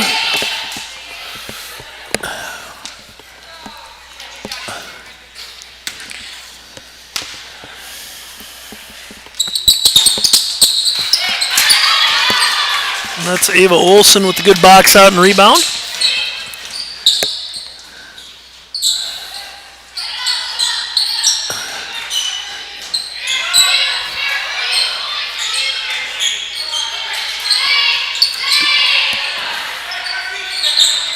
Long two-point shot. Lippert with the rebound. Shot gets blocked. Ball goes out of bounds off of the Cougars. That was one of those you want to shout same team because we were two Cougars going for the rebound there.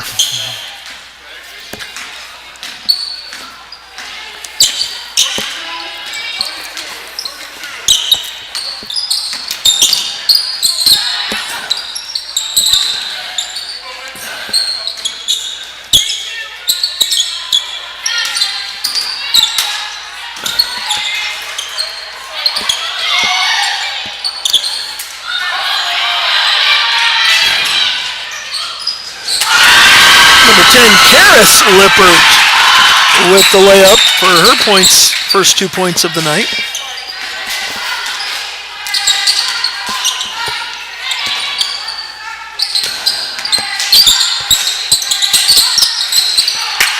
Lippert with the rebound, takes the ball down the floor, gets it knocked away, and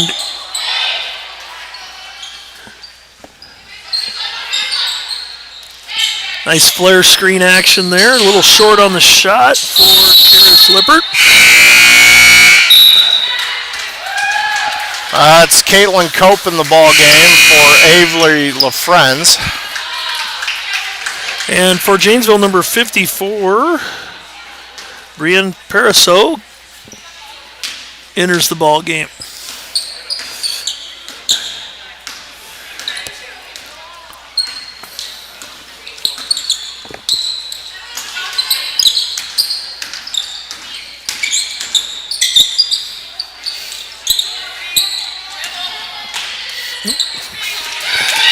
Karis Lippert with the steal up top, takes it down to the other end, makes the layup.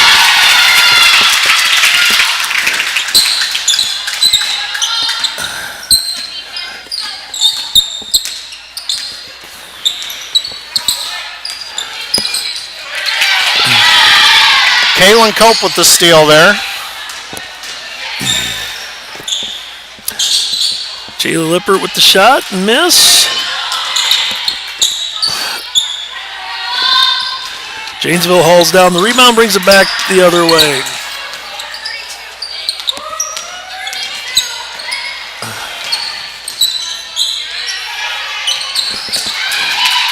Karis Lippert knocked the ball away. Haley Lippert picks it up. Unfortunately traveled going in for the layup attempt. Shaylee Hoffmeister into the game for Kensley Hooger, and Anastasia Meyer is in for Ava Olson. It's always a good, Coach, when you can get all the kids in the ball game. You betcha. And that was number 3, Hope Hovinger with the three-point attempt. Left it a little short. Ball goes out of bounds. And I'm sure Coach Gann and Coach Finger and Coach Karstens and Coach Niederhoff are all happy that the intensity on the defensive end really hasn't changed regardless of who's been in for the Cougars. No, not at all. They've done a nice job. Lippert with the three-point tip. Cope does a nice job saving the ball out of bounds. That was Shaylee Hoffmeyer down underneath. Lippert providing the defensive pressure.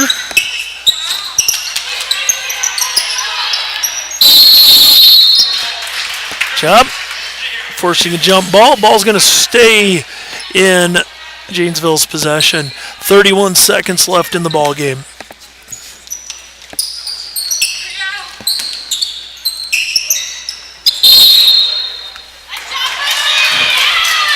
Foul called on the Cougars. Shaylee Lippert. Shaylee Lippert picks up her second foul of the ball game. That's the 7th team foul. We will have a 1-and-1 situation. Brinley Parasau will shoot the free throw. Short on the front end. Anastasia Meyer hauls down the rebound. Ball gets pushed up the floor to Anastasia. And she is fouled on that end. That is only the 5th team foul on Janesville. It's a good thing, too. You can see the Cougar starters on the bench cheering on the subs, wanting them to, encouraging them. And Meyer with the shot, leaves it a little short. 3 Cougars go flying out of bounds after that ball, and unfortunately, ball will go back into Janesville's possession. 13 seconds left in the ball game. Scores 45-14. Hope Hovinga brings the ball down the floor for Janesville.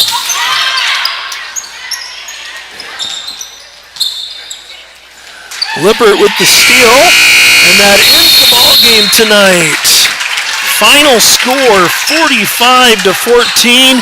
AGWSR bounces back after a tough loss over at Grundy Center earlier in the week. all right, Coach, I'm going to total up the points a minute. Okay.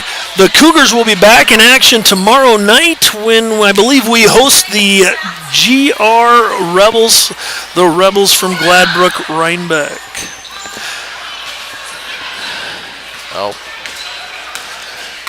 As Coach prepares the final stats there, the boys' game tonight will feature the Janesville Wildcats again against the AGWSR Cougars. The Wildcats come into the game with an 8-1 record.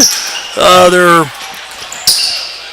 only loss on the year, I believe, is to a very good Dunkerton team that's had a really nice run in the Iowa Star Conference over the last couple of years. The Cougars enter the game with a 2-4 record. Cougars lost a ball game the other night against Grundy Center at Grundy, so we'll hopefully see the Cougars boys bounce back with a good effort tonight. So, Coach, you have things ready for us? I hope so, but I'll remind you folks that I've taught social studies and a few other things, but never math. So, I've got Karis Lippert with 4 points on the night. Alyssa Hames with 18. 15 of those came in the first half, but she was doing a good job facilitating offense without scoring in the second half. Ava Olson had 2. Avery LaFrenz had 2. McKenna Cooper had 8. And a lot of assists, which I didn't keep track of. And to round out the scoring for the Cougars, Gracie Finger had 11. For the Wildcats, Naomi Hovinga had 2. Piper McCarville had 5. And to her credit, again, she had 3 fouls in the first quarter and did not foul out of the ballgame. Hope Hovinga had 1 point on a free throw. Kaylee LaPlante had 2 points. And Chloe Keene had 2 to round out the scoring for the Wildcats. All right. Based on the rules of streaming on YouTube with the live music, with the recorded music in the background for warm-ups, we have to turn off our microphones so we don't get in trouble with copyright. We will be back at the start of the boys' game with the starting lineup.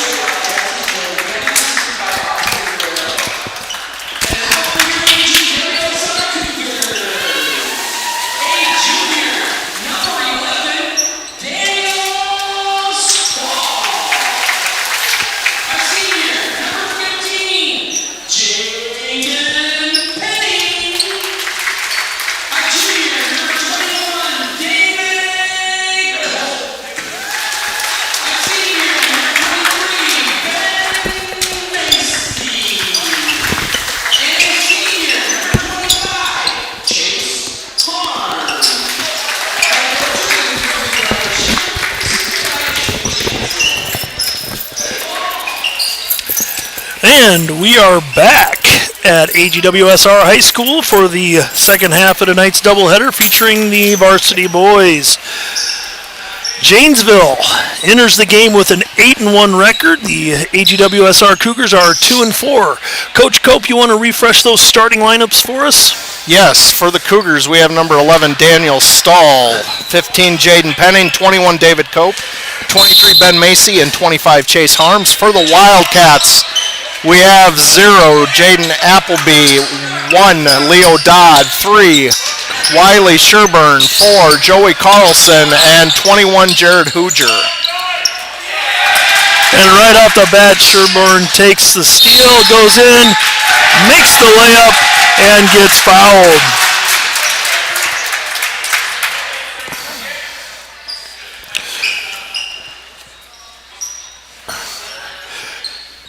And Coach, we know from just experience with football that they do have a lot of athletic kids at Janesville. Yes, they do. Nice, quick athletes, very, very well put together kids. And obviously you can see that with a 8-1 record coming into the game. Sherburne missed the free throw. Penning with the ball. Tried to get the ball inside to Harms, who wasn't looking for the pass, and Janesville takes it down the other end on the turnover. Dodd lobs the ball up to Sherburne. Sherburne can't finish, and Daniel Stahl hauls down the rebound. Stahl's the leading rebounder for the Cougars right now in the year, averaging 7 a game.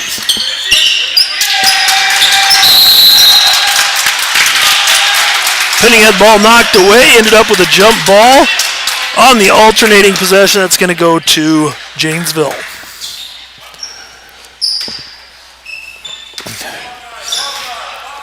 Lee Dodd gives the ball off to Jaden Appleby. Back cross to Dodd.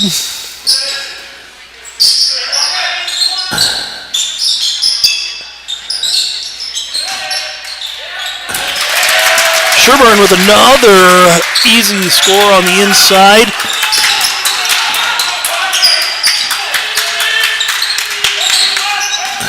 Penning with a nice move to get open, kicks the ball to Macy in the corner. Macy just off the front iron on the three-point attempt. Harms tips the ball away from Janesville, picked up by Daniel Stahl.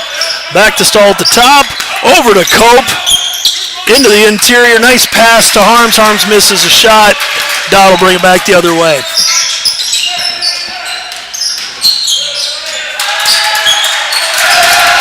Sherburne with another bucket underneath. Janesville's doing a great job getting some penetration, hitting that little dish underneath when we come to try to help. Daniel Stahl for 3. Ball sticks in the corner. Macy knocks it out for us. That is a jump ball. Alternating possession should go to AGWSR. That is a jump ball when the ball sticks in the rim.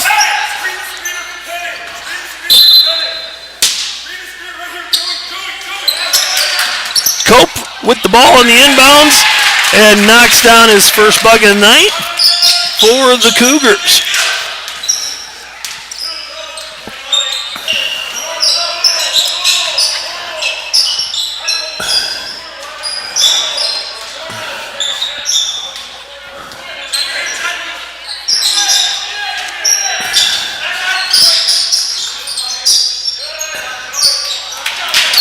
Number 4, Joey Carlson on the shot in the lane. Couldn't get it to fall.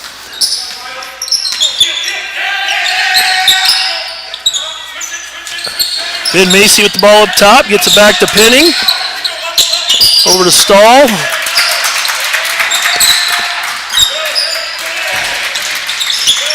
Cope chases down the tip pass. Nice pass on the cut to Macy. Macy finishes. Both good cut and good pass there. Ooh. And Penning gets called for the block. That's his first foul, second team foul on the Cougars.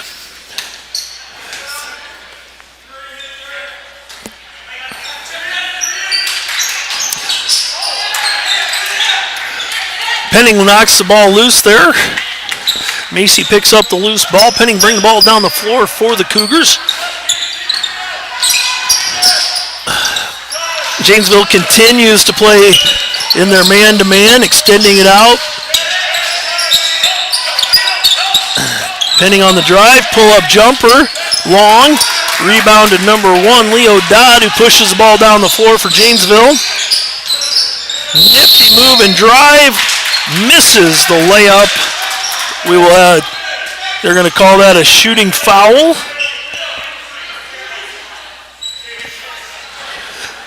Foul on Ben Macy, I believe, Coach. Foul called on Macy. That's the 3rd team foul. Dodd at the free throw line, shooting 2.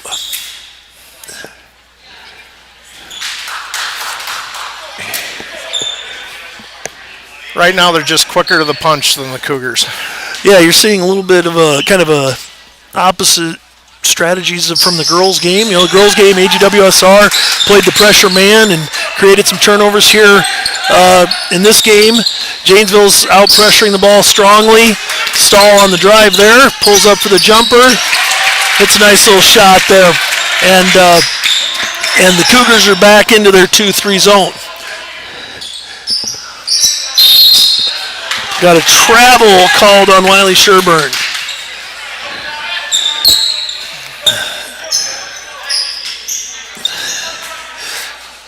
You know, one of the things that the AGWSR Cougars have struggled with this year is they don't have a true inside post presence.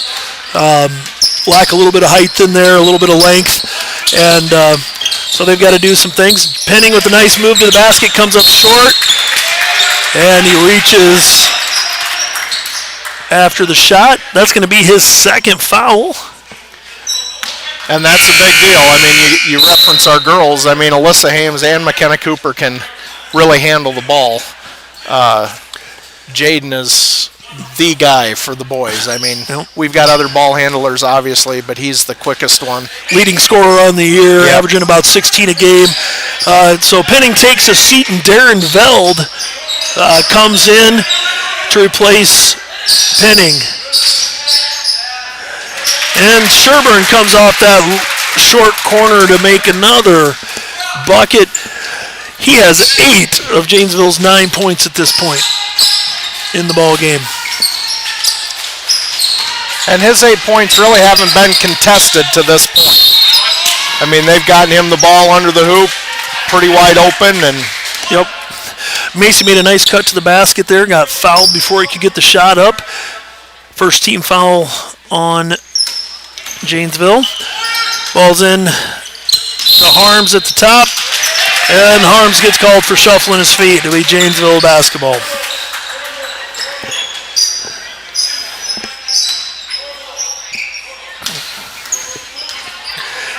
Appleby with the ball up top for the Wildcats.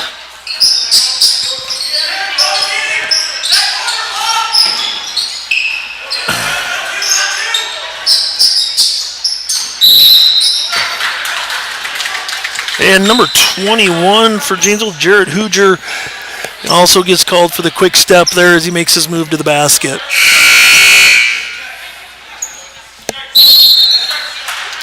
Bradley Roeder, coach, in for Chase Harms. Janesville decides to extend their pressure into the full court. What happened there, Coach?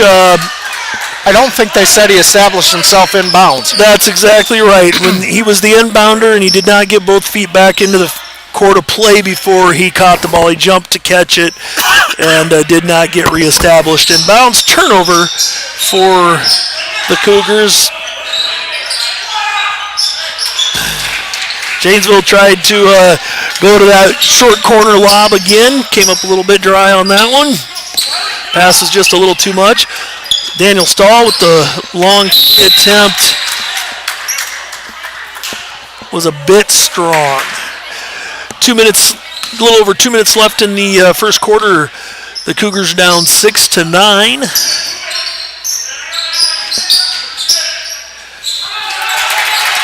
Again, Wiley Sherburne on the baseline drive from that short corner spot.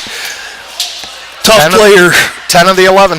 Tough player, and in that 2-3 zone, that's one of the weak spots. It's tough to defend, and he's punishing us a little bit on finishing. We're going to have to get our rotations a little bit quicker to get that short corner cut off. After the bucket, I believe that was Janesville that took the timeout. If you are listening to the live stream while you are here at the AGWSR High School, please take a moment, think about visiting Carter Stubby and Lane Benning at the concession stand tonight. Those two young men are working hard out there. Told them in class today that I'd let everybody know that they should visit the concession stand if you're here for a game at AGWSR High School. And we're going to give a shout out to 3 Booster Club members again, Yarrow Avenue Collection, Abilene Insurance Services, and Ackley Chiropractic Clinic. And Kurt, he's our athletic trainer here at the school, so he does a lot for us too, not just at the chiropractic clinic. Again, another one of those unsung heroes that just does things for the benefit of the kids that are here. And we got Janesville showed some full court pressure again, changed up the look of the defense, and we throw the ball away, trying to get the ball up the court. Janesville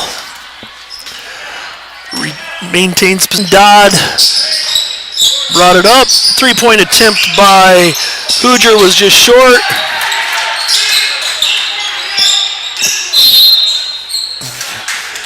That might have been their first outside shot of the game. Yeah. Dodd got a little quick with his hands there, carried it. Looks like we're seeing some 1-2-2 type pressure out of Janesville, trapping in the long court, and that causes Coach Riley Shipper to take a timeout before a 10-second call. So we'll go back to thanking the live streaming and Booster Club sponsors.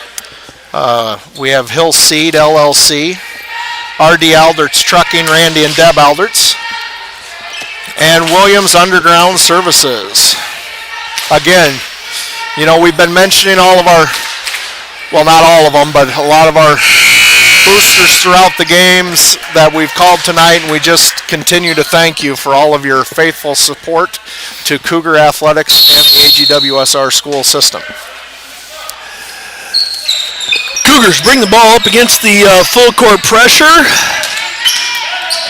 Roeder with a nifty behind his back, between his legs, dribble to break the trap. Need to get some ball reversal. Roeder tried to get the ball into Veld, who had his man pinned, but he couldn't hold him. Janesville came away with the ball.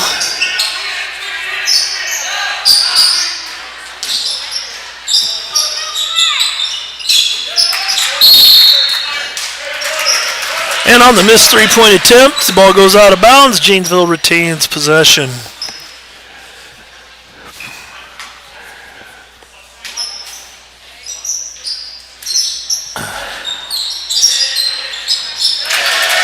And that's a 3-point bucket by number 21, Jared Hoosier. Hoosier's a 6'2 junior for the Wildcats. Another turnover on the pressure defense there. That time, Roeder got caught being a little too cute with the ball and turned it over.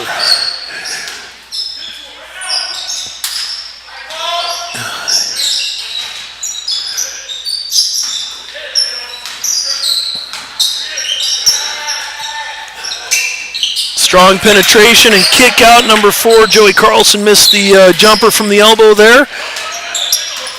Cope brings the ball up the floor, over to Stahl, get a ball reversal. Need to get out of that corner against this pressure. A little bit of a 1-3-1, extended to about three-quarter court.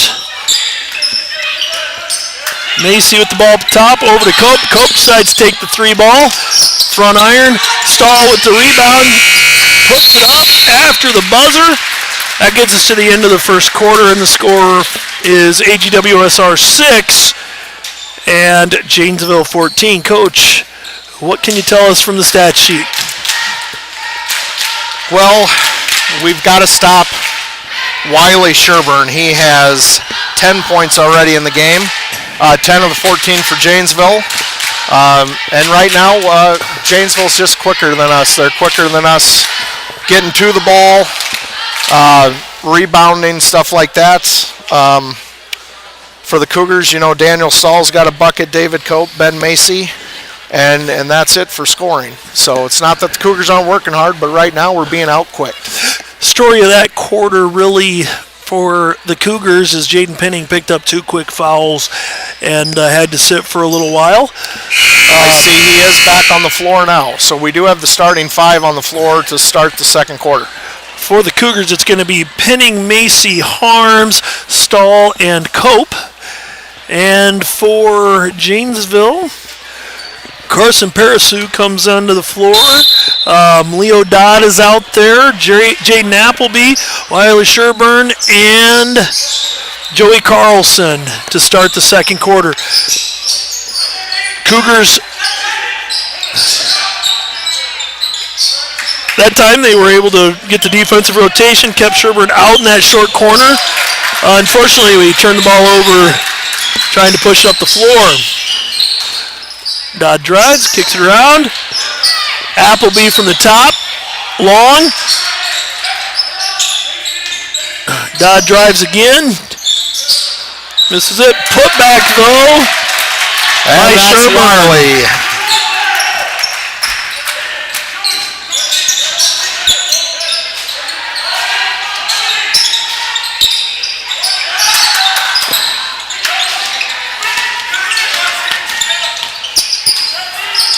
Penning kicks it up to Macy at the top. Cope with the drive. We're calling it, got a foul on the floor. That'll be the 3rd team foul on Janesville. That's going to be called on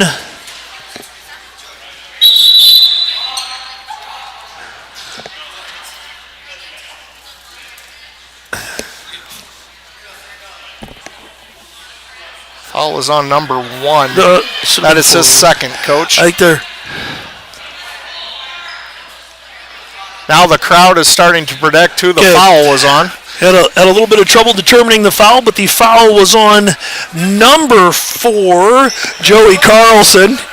He was happy to admit that, yes, he was the one that fouled. Back in the old days, we used to have to raise our hand after a foul, Coach, and when you didn't want it called on the wrong guy, you threw your hand up before the officials knew who to call it on. Gamesmanship, I think, is what that's called. Penning with the ball up top, gives it to Stahl. Stahl gives it to Harms. Stahl with a strong take to the basket, just didn't get it up off the glass enough. Dodd with the ball on the other end. Kicks out to Parasu. Into Joey Carlson, misses a shot. Coach, you'll notice same thing that was happening in the girls' game. As Janesville's continued this pressure defense, our offense has moved farther and farther away from the basket. Penning with a nice, strong take there in the bucket. We're going to have to do more penetrating to the hoop. We can't get caught dribbling the ball out there by that volleyball line. Well, a lot of times you get caught in traps or the ball gets tipped away. Jaden's got to be careful. Penning,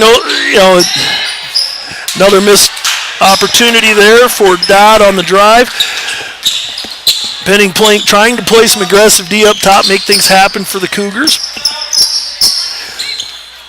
Macy's coming to set the screen. Penning did might have traveled there, I'm not sure, but they didn't call it. Stahl turns the ball over. Parasu with the steal. David Cope with a nice hustle play to get down on the other end. Macy with the 3-point shot, long off the back iron.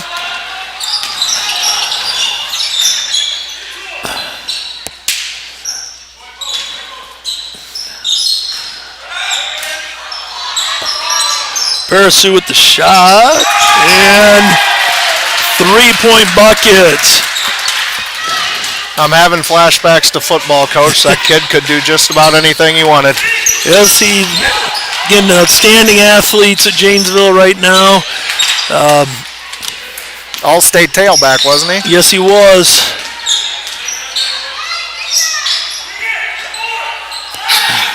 Janesville made a nice run in the football playoffs. There's a three-point shot from Wiley Sherburne. We forced him out of the short corner, and he decides to hit the baseline three. And he's up to 15. He's got 15 of the 22 right now. And right now, he alone is beating our Cougars. You know, he's a little bit taller, longer kid. Difficult matchup for the Cougars tonight, and he's taking advantage of what's there. We were talking before the game, Coach. Was he one of their receivers that were tough to cover in the football game, too? I believe so. He was. They had a bunch of them. They're multi-sport athletes is, I guess, the point I'm trying to make. I mean, and they were quick this fall, so you knew coming in tonight, I guess us coaches did, they're going to be quick on the basketball court. You know, the Cougars are, like I said earlier, they're getting pushed out towards that volleyball line on the court. Offense is getting kind of bogged down because of that. Maybe need to start thinking about some ball screens up the top, some pick and roll action, trying to do some things where you get a few more back cuts. You know, Macy had a couple of nice back cuts early in the game, got some good looks at the hoop. Just a tough go right now on the offensive end for the Cougars. Those things too, Coach. I think for us to be competitive and get back in this ball game, I mean, we really can't miss shots. I mean, we got to make our opportunities. Yep. All right, there was a night. We went to a 1-4 set there, had a high post entry, had a back cut. Good shot opportunity there for Chase Harm. Wasn't able to finish. Hustles hard. Chase Harms with two nice hustle plays.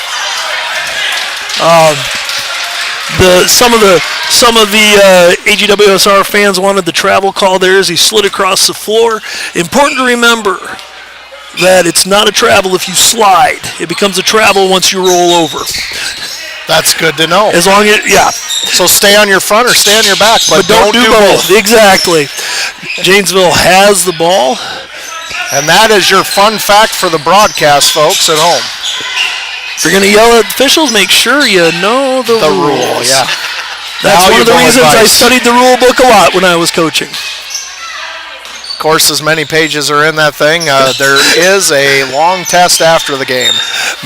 Dodd with the long three attempt, comes off the back iron. Macy pulls down the rebound for the Cougars.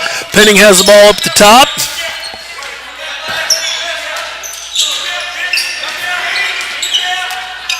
All right, at the timeout break there, we talked about setting some ball screens, and last two possessions down the floor, that's exactly what Coach Shippers had the kids do.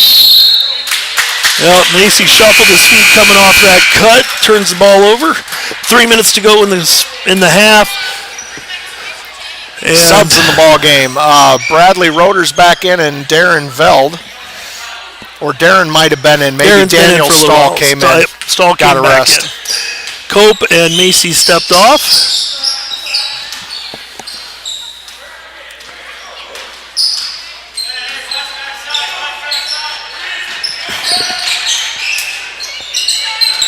Dodd has it up at the top, over to number 14 for the 3-point shot. Parasu with the rebound. Gets it back to Sherburne in there. He kicks out to Dodd. Another 3-point shot, long off the iron. 21, Jared Hooger gets his own rebound. Kicks it back out top, Parasu. Dodd drives, dishes back out. Another 3-point attempt. And finally, Cougars come down with the defensive rebound.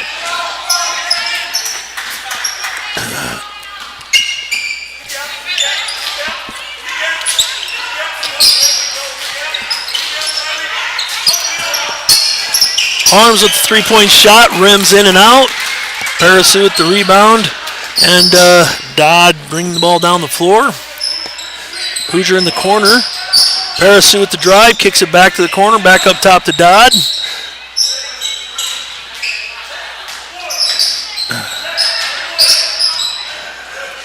Sherburne with that baseline drive, misses the shot, and gets called for the foul on the arm on the rebound. And was definitely not happy that he got called for that foul.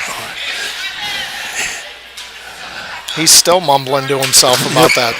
Leo Dodd for Janesville does a great job as their point guard of attacking the basket and then dishing off to the open man. Very unselfish with the basketball. In our defense, it always looks like we're having to recover. Yep. Roeder with the three-point attempt, long off the back iron.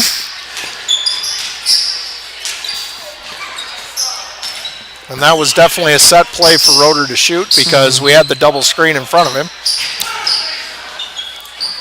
Sherburne misses there. Again, Cougars are doing a better job of forcing Sherburne away from the basket in that 2-3 zone, not giving up quite as many opportunities on the backside short corner. And you can see he's a little bit frustrated back up and down the court the last couple of times. Arms from the corner, long, and rebound down to number 14. That's Dawson Dix.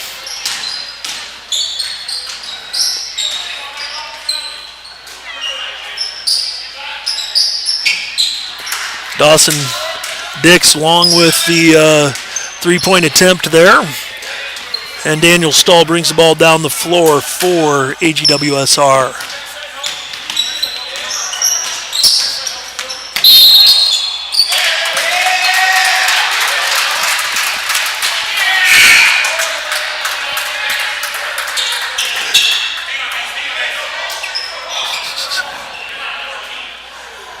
Okay, foul there was called on Black 14.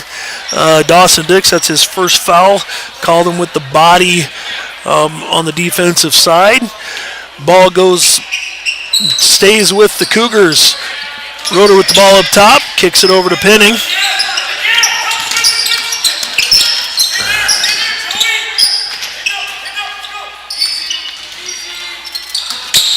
Roeder strong drive, throws it up off the glass, misses on the shot. Janesville comes down with the rebound. And that takes us to the half. Right now, at the half, the score is AGWSR 8, Janesville 22. Coach Cope, do you want to give us a rundown on... Yeah, and the rundown's pretty simple tonight right now, folks. Daniel Stahl, Jaden Penning, David Cope, and Ben Macy each have 2 of the 8 points for the Cougars. And for Janesville, it's the Wiley Sherburne show. He has 15 of Janesville's 22. So Leo Dodd has a free throw. And then Jared Hooger and Carson, how'd you say that, Coach? Parasu each have a three-pointer, and that rounds out the scoring for the first half. The Cougars went a long time there in the second quarter without scoring. They did. They had a bucket early in the quarter and then went a long time without. We are here at the half. We've got 10 minutes. You may notice as you're watching the live stream, the camera zooming in, zigzagging back and forth at times. We use a product called Huddle Focus. It's an automatic camera here in the gym. It tracks the ball and the movement of the players during the game, but during warm-ups and times like this when there's not a lot of things happening on the court, the camera kind of bounces around trying to figure out where it's supposed to be. And so if you're been watching the live stream and wondering what the heck's going on with the cameraman, that's what's happening. It's a automatic camera that's mounted in the gym and follows the game for us. We're going to take a short break, and we will come back here in a little bit and get the second half underway. Again, halftime score, AGWSR 8, Janesville 22.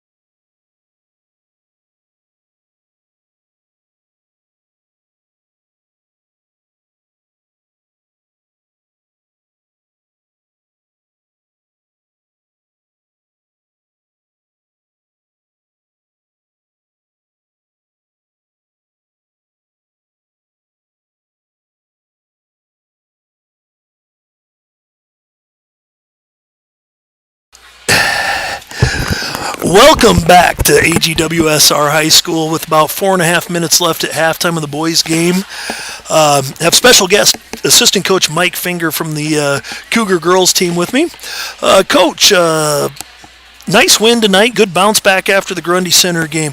What were some of the things you guys talked about with the girls before the game, and did you feel like they executed the game plan tonight? Yeah, well, we always have our most prominent focus is probably on defense, and so we wanted to try to hold them under. We usually set a target for the amount of points we want to try to hold the team under, and so we held Janesville to I think 8 points in the first half and 6 points in the second half. So we were pretty pleased defensively with the job that the girls did. Yeah, we were talking during the game about the defense that the girls were playing, and it really looked like you were able to play some strong pressure defense up front, especially in the half court in your man-to-man. Kind of made the Janesville guards uncomfortable, and you didn't create a ton of turnovers in the full court, but man, in the half court, that pressure was strong. What was the key, you think, to having that be so successful for you? Well, it's kind of interesting because, as you know, they started the game and they were going to just sit with the ball unless we came out and guarded them. So we kind of, at least early in the game, felt like we had to get out and guard them fully all the way out to half court. And then, our girls do a pretty good job of pushing people to their offhand, and I thought a couple of the Janesville girls kind of struggled a little bit if we pushed them to their offhand, and then off of that we were able to create some turnovers. Alyssa Hames had another strong ball game, kind of a nice bounce back for her. She struggled a little bit the other night at Grundy Center. Talk about her performance a little bit tonight. Yeah, no, I agree. She was just a little bit off. Obviously, it was our first game back after break, and she had, watch the film. She got a lot of good shots at Grundy, shots that she really consistently put down. So it was good tonight. Like her motor was running tonight. She was hitting on all cylinders, really working hard on both ends of the court, and just getting to the basket and finishing better than she did against Grundy. So that was awesome.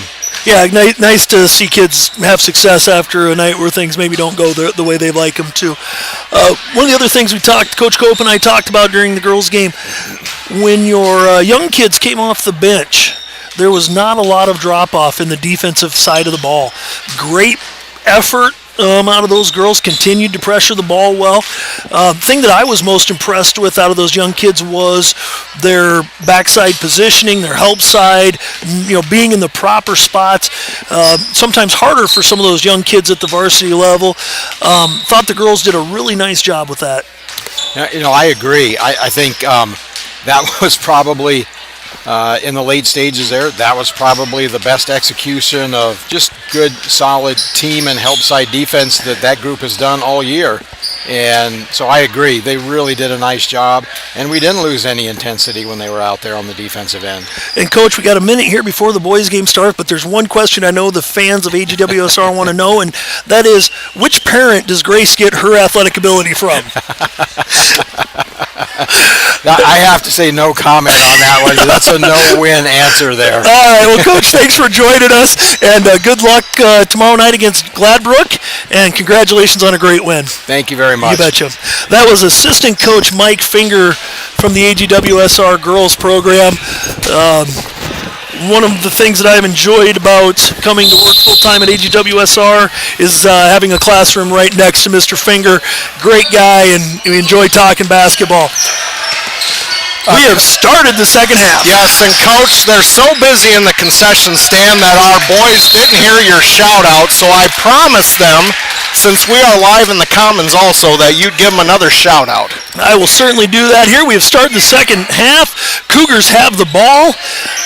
Penning with the ball out top, but if you are listening to the live stream and you are at the high school, please go visit Carter Stubby and Lane Benning. They're working hard in the concession stand as a fundraiser for one of their activities.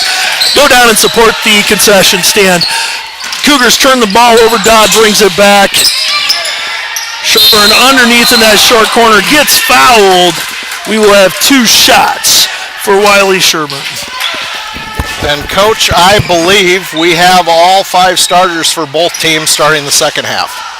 All right, Sherburne's going to shoot this free throw. For the Cougars, we have David Cope, Ben Macy, Chase Harms, Daniel Stahl, and Jaden Penning on the floor. And for the Wildcats, we have Jaden Appleby, Leo Dodd, Wiley Sherburne, Joey Carlson, and Jared Hooger.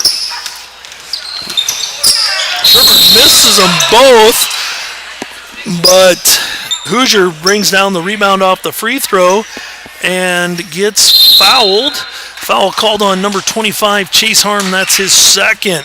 I missed another foul again, Coach. I'm going to get fired from stats if I don't do better this half. We will cut your pay. The boys heard you. They're giving us the thumbs up. They're happy in the concession stand. They got their shout out. All right. We'd like to shout out a few more of our faithful boosters. TLB Services, Terry and Diane Babcock. TLCP, LLLP, Pine Lake Corn Processors, and Innovative Ag Services. Thank you again for all of your faithful support.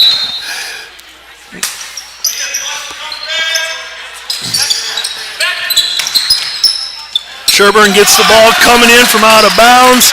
Makes a nice move in the lane, finishes again. He's up to 17 in the ball game. I was really hoping, Coach, after he missed those 2 free throws, maybe he'd cool off for a half, but it does not appear so. Daniel Stahl for 3 points. Janesville quickly back down the floor.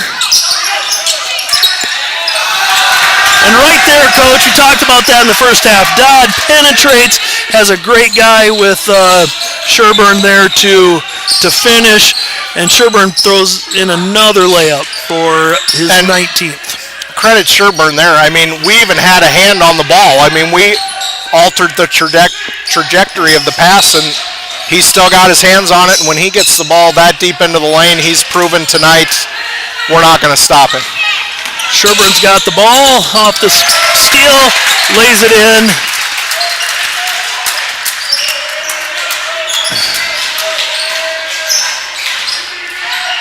When we have a moment, Coach, we should check what he averages a game. Penning knocks down the 3-point shot.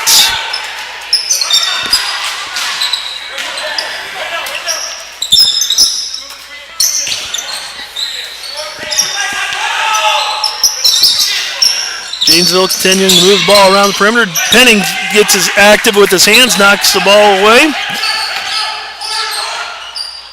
Coach Sherburne averages 24.9 a game. So he's almost at his average. Yes, early in the ball game. Yes, early in the ball game. Cope chases down the loose ball, kicks it back to Macy. Macy double clutches on the 3. Rebound by Harms. Harms puts it back up, can't get the shot to fall. And Harms gets called for the foul with displacement on the rebound.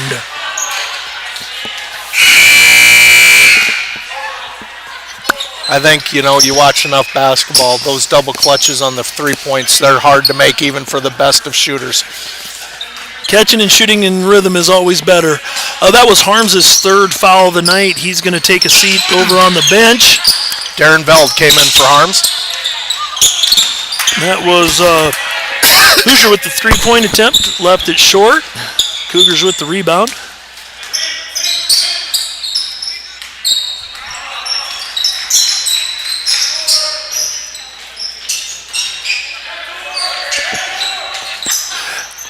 Penning dials up another 3, leaves it short, gets his own rebound, kicks it across the lane. Stahl couldn't handle the pass. Up top to Cope, into Veld, back across to Penning. Macy catches, shoots in rhythm, leaves it just off the front iron, rolls over the top.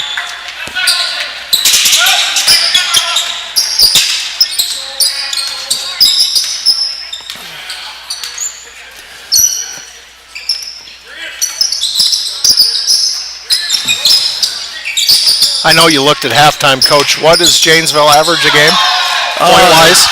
They are 63 a game, I believe. So high-scoring team likes to get up and down the floor. So defensively, the Cougars holding them to 28. Didn't do a terrible job on defense. No, defense has been okay. We just haven't had a good answer for Sherburne underneath the basket. And we just cannot get our shots to fall either tonight. No, not shooting the ball exceptionally well right now. Cope with the ball up top, over to Penning. Veld sets screen for Penning. Penning back to Cope. Stahl pops up to the top. Veld sets screen. Stahl with a strong drive to the hoop, gets fouled and will shoot 2. That is foul number 2 on Leo Dodd, and the Janesville crowd is not going to get the number changed on that foul. And Stahl misses the front end.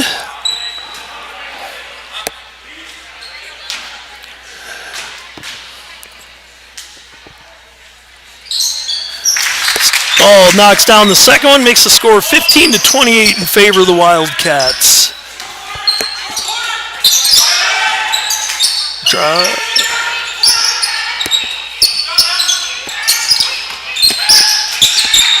Little adjustment by the Wildcats here, put Sherburne up at the high post. As number 4, Joey Carlson's down on the short corner now against our zone.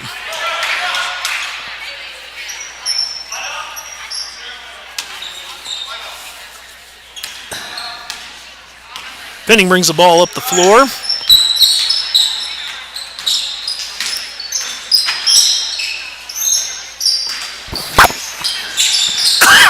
Ball's back in Penning's hand. Back to Cope. Back to Macy. Top to Stahl.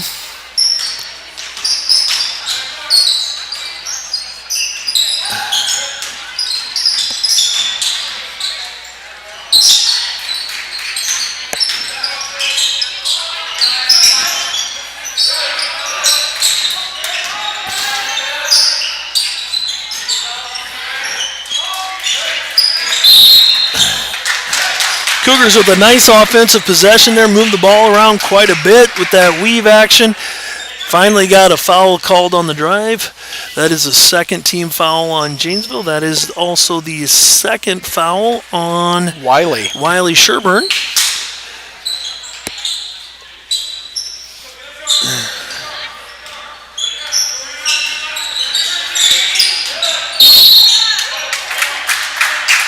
Is that the third on Wiley? Yep. That could be big news. Yep. Darren Veld setting the screen. Sherburne ran through it, knocked him out. That's displacement, and picks up his third. That's also the third team foul. Sherburne shaking his head, not real happy with the call. If he could pick up 2 other quick ones, though, that would really help us. Veld with a strong take. Could this be number 4? Oh, that's called it on unfortunate. 0. 0 is Jaden Appleby.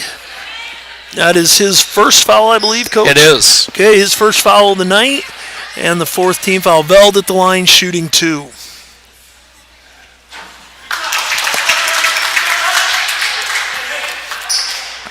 Veld knocks down the first one for his first points of the night.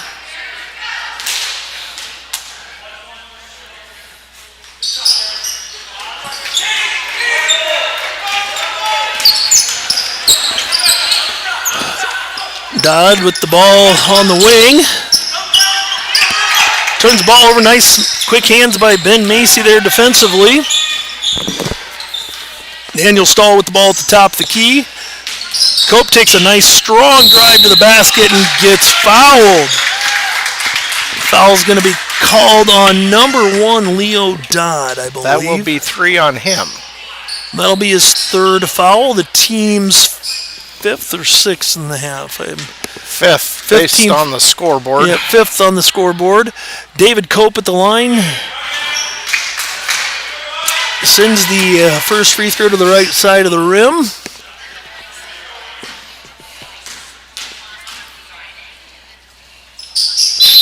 And lane violation on Cope on the second free throw. He stepped over the line. David Cope leaves the ball game, and Bradley Roeder steps in. That's interesting. He stepped over the line. because it looked like he was backpedaling. His first one went over. I don't think it was going in anyway, but It rattled in and out. Janesville with the ball. Got a ball reversal. Good skip over to number 21, Hoosier. Hoosier gets it back up to Dodd. Gets it to Sherburne in the middle. Sherburne with a nifty move. Can't finish on the... and we haven't been able to say that for him much No, tonight. he has finished a lot of... Roeder with a quick pull-up three. In and out.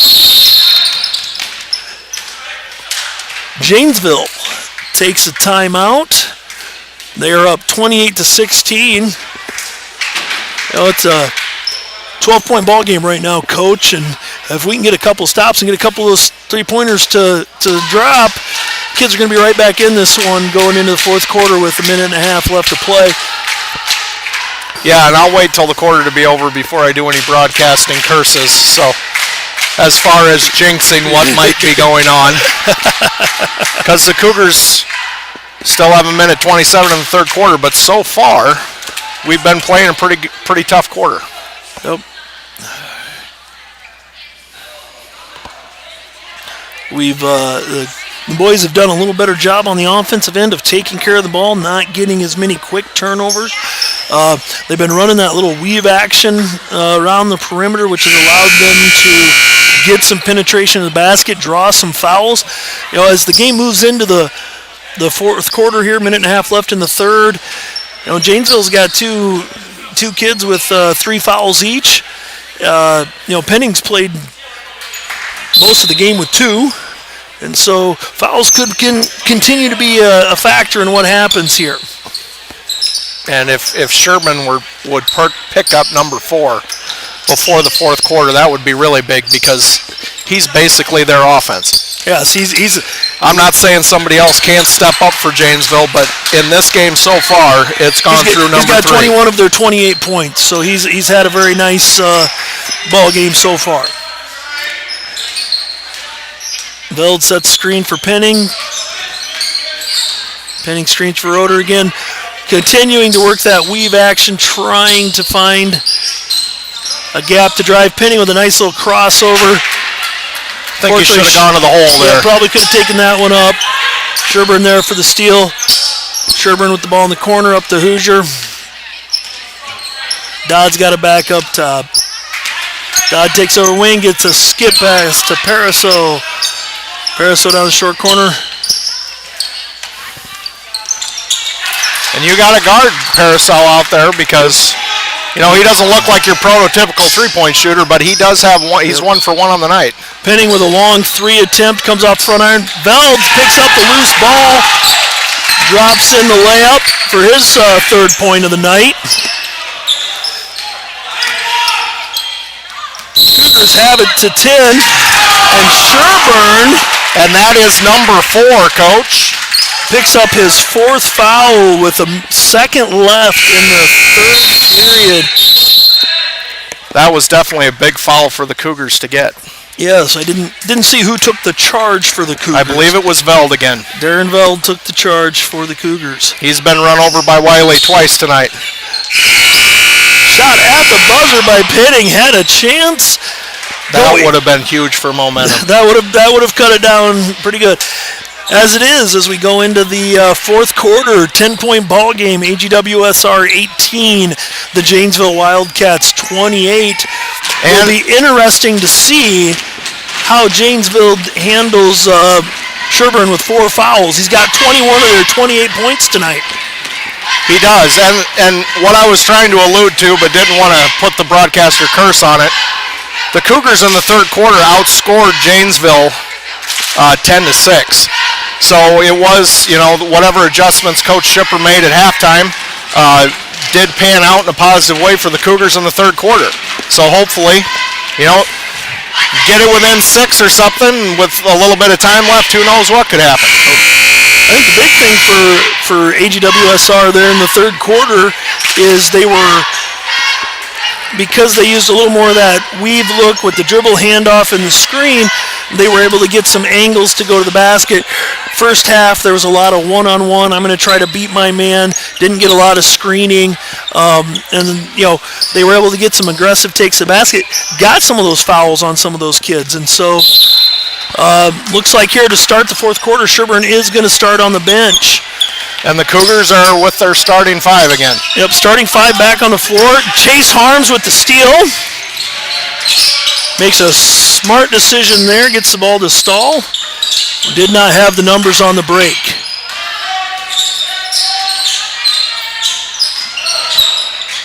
Macy decides to drive off the three.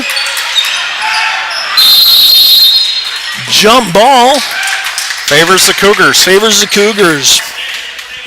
So on the floor for the Cougars right now, we have David Cope, Jaden Penning, Ben Macy, Chase Harms, and Daniel Stahl. For Janesville, we have Leo Dodd. We have Carson Parasol, Jaden Appleby, Jared Hoosier, and Joey Carlson.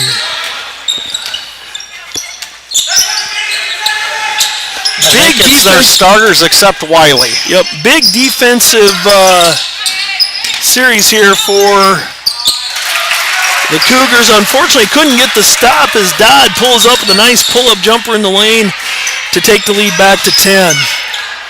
Penning brings the ball down the floor, gives it to Stahl, down to Macy in the corner. Back to Penning on the wing. Back to Stahl in the corner. Harms gets the ball into Cope down in the lane. He draws a triple team. Macy couldn't cleanly handle the kick out. Pass up to Stahl up top. He's going to attack the basket. Unfortunately, help defense was there. Janesville recovers the turnover.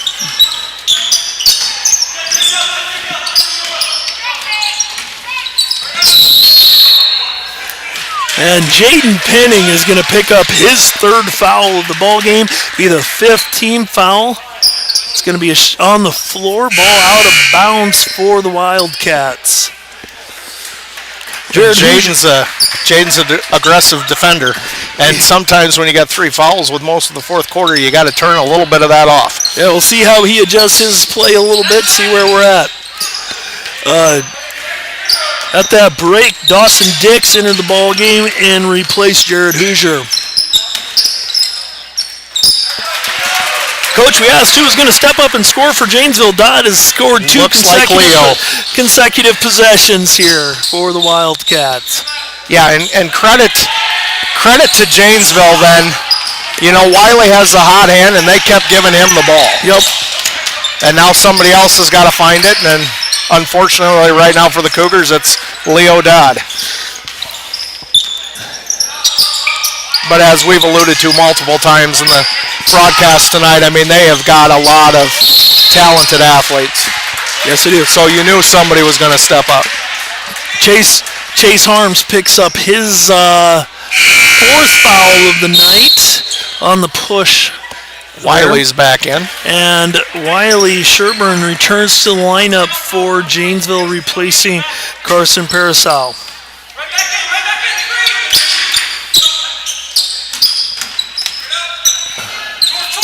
Dodd short on the jumper, Penning with the rebound.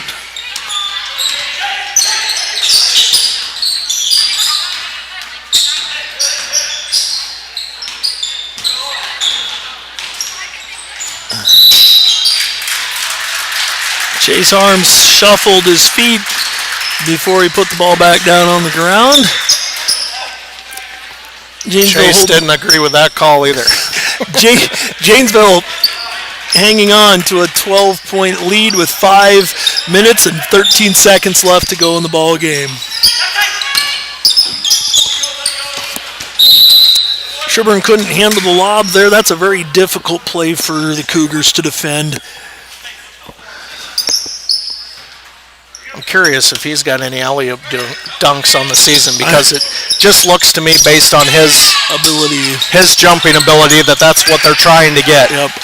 Dix with the three-point attempt from the corner came up short. Cougars with the rebound, pushed down the floor, and Daniel Stahl gets caught trying to set his feet. Didn't jump stop going into that one. Turns the ball over.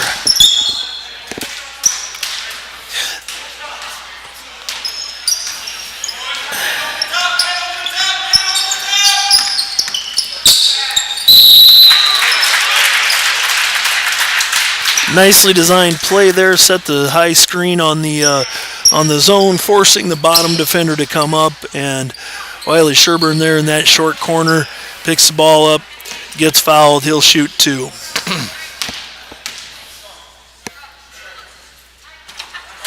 Knocks down the first one. His 22nd point of the night. Sitting on the bench did not cool him off, Coach.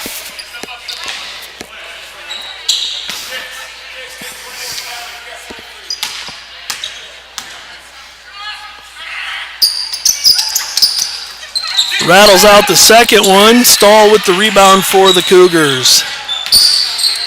That is really, I guess, tonight the only chink in Wiley's armor. He is 1 for 5 from the free throw line. Pinning misses a floater down the baseline. Janesville quickly down the floor. Dix with the lay-in. And just like that, the lead is stretched to 15 with about 4 minutes and 15 seconds left. Cougars have got to get some points on the offensive end. Macy for 3 long. Janesville with the rebound. Sherburne hauled that one in. Dodd drives the middle. Draws the That foul. could be it for Chase. It is. Chase Harms picks up his 5th foul tonight on that one.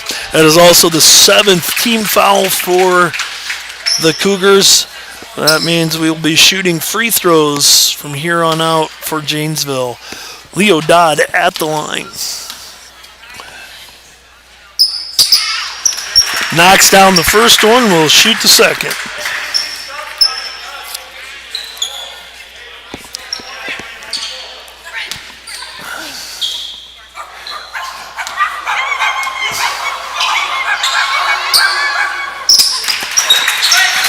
I don't know if Leo has dogs at home, but the dog pound bark did not phase that shot at all. It did not. The AGWSR student section doing their best to distract the shooter.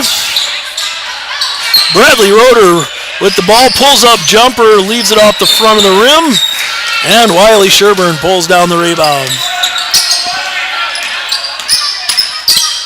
Leo Dodd turns the ball over on the drive, went into traffic, got knocked around a little bit.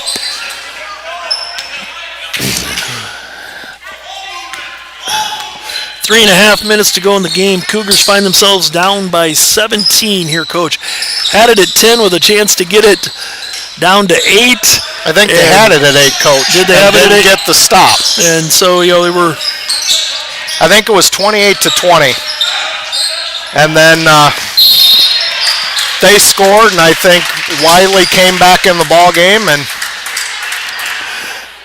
a foul there on the other end. David Cope gets called for the push, trying to go after a loose ball down low. And we will be shooting free throws. Number 14, Dawson Dix, who's a junior, 5'11" guard for the Wildcats.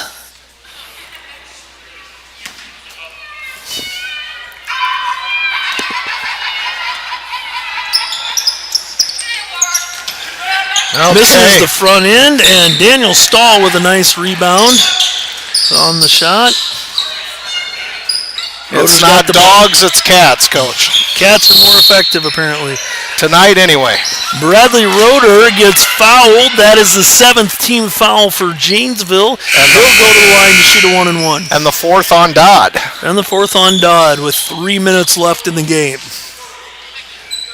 Okay, and who came in for David? Veld? We've got Veld in the ball game. Cope on the bench. And number 4, that is Joey Carlson comes in for Janesville.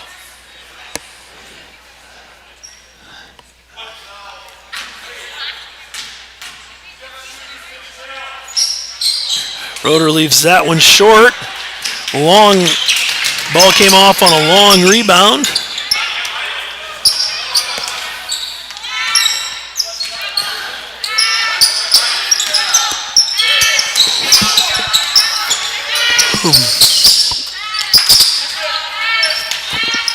Penning with the steal up at the top. Gonna go down and he gets his layup. Penning's 7th point of the night, Coach. 7th point of the night. 5 in this half. Spent a good portion of the first half on the bench with early fouls. Daniel Stahl with the steal, takes the ball down the floor for AGWSR. Over to Macy, back to Penning. Penning pulls up for a long three, leaves that short. Nobody in to rebound. Janesville tries to push the ball up the floor. Turns it over. Coach Cope with the good hands here, getting the ball back into the That's an All-State commercial, Coach. We should get a good hands little award kickback from that. Okay. And we have a timeout on the floor called by Coach Shipper and the Cougars. Full timeout with 2 minutes to go in the ball game. It is a 14-point differential.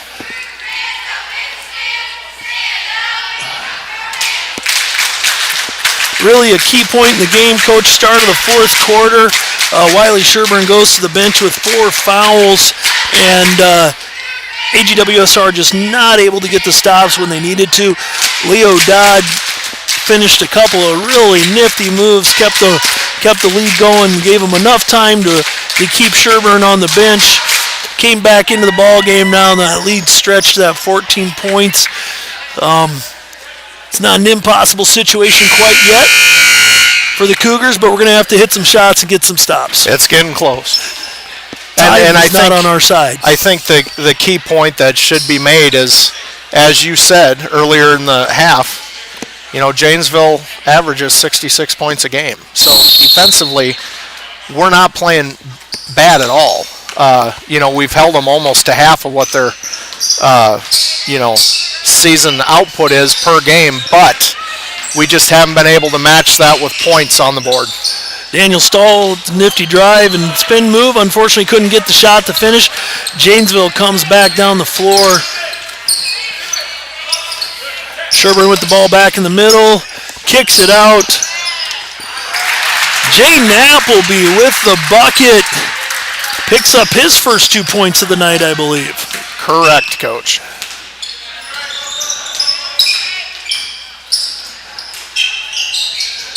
Roeder at the ball into Macy. Macy's going to get fouled on the shot on the block. Hoosiers' first foul, Coach. Hoosiers' first foul of the night. That is the 8th team foul.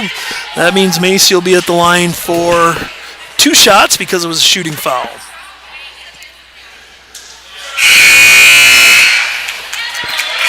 Unfortunately, as it kind of has been all year, free throw shooting. It's been a struggle for the Cougars. I mean, we've had 9 free throws tonight, and we've made 3 so far. Yeah.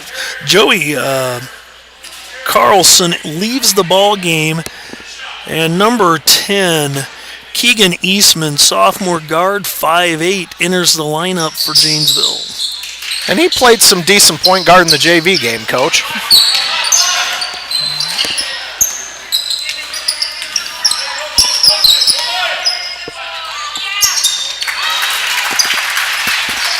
Wiley still being Wiley. 24th bucket, or 24th points of the night for him. Penning on the drive, and he gets fouled as he attempts to drive to the bucket. He's going to shoot free throws. We'll have 1 and 1 for Jaden Penning. That foul was on Jaden Appleby, his second of the night. Penning knocks down the first one. And it looks like wholesale substitutions in for...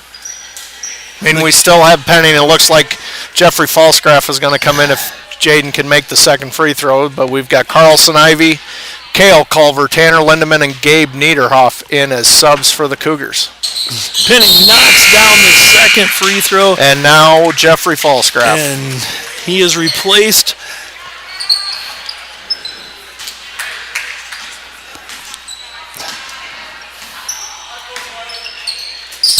Number 2, Peyton Trees also in the game for Janesville.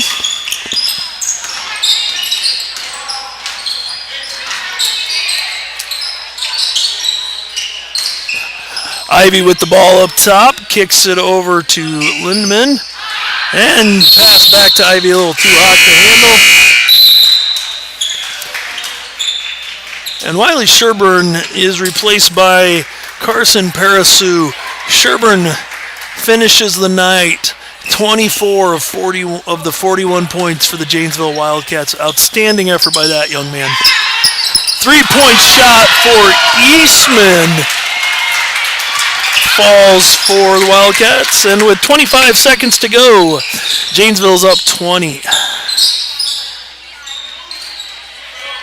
Falsgraf with the ball down the corner, tries to get the ball into Culver in the post, and there's a kick.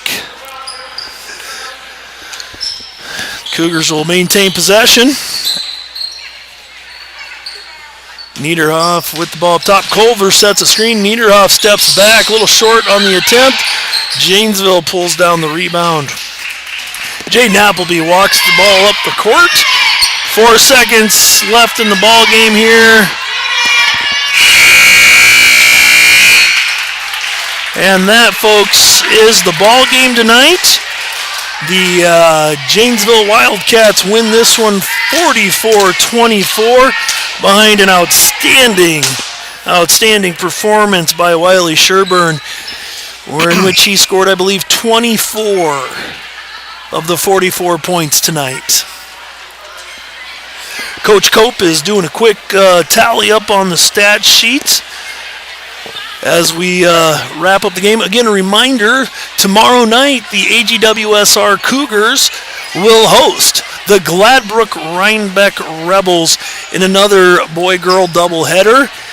You can tune in here on the live stream again. Coach has got things totaled up. I'll let him give us some quick numbers. And all right, total points, Coach, for the night. Daniel Stahl for the Cougars with 6. Bradley Roeder with 1. Jaden Penning led the team with 9. David Cope had 2.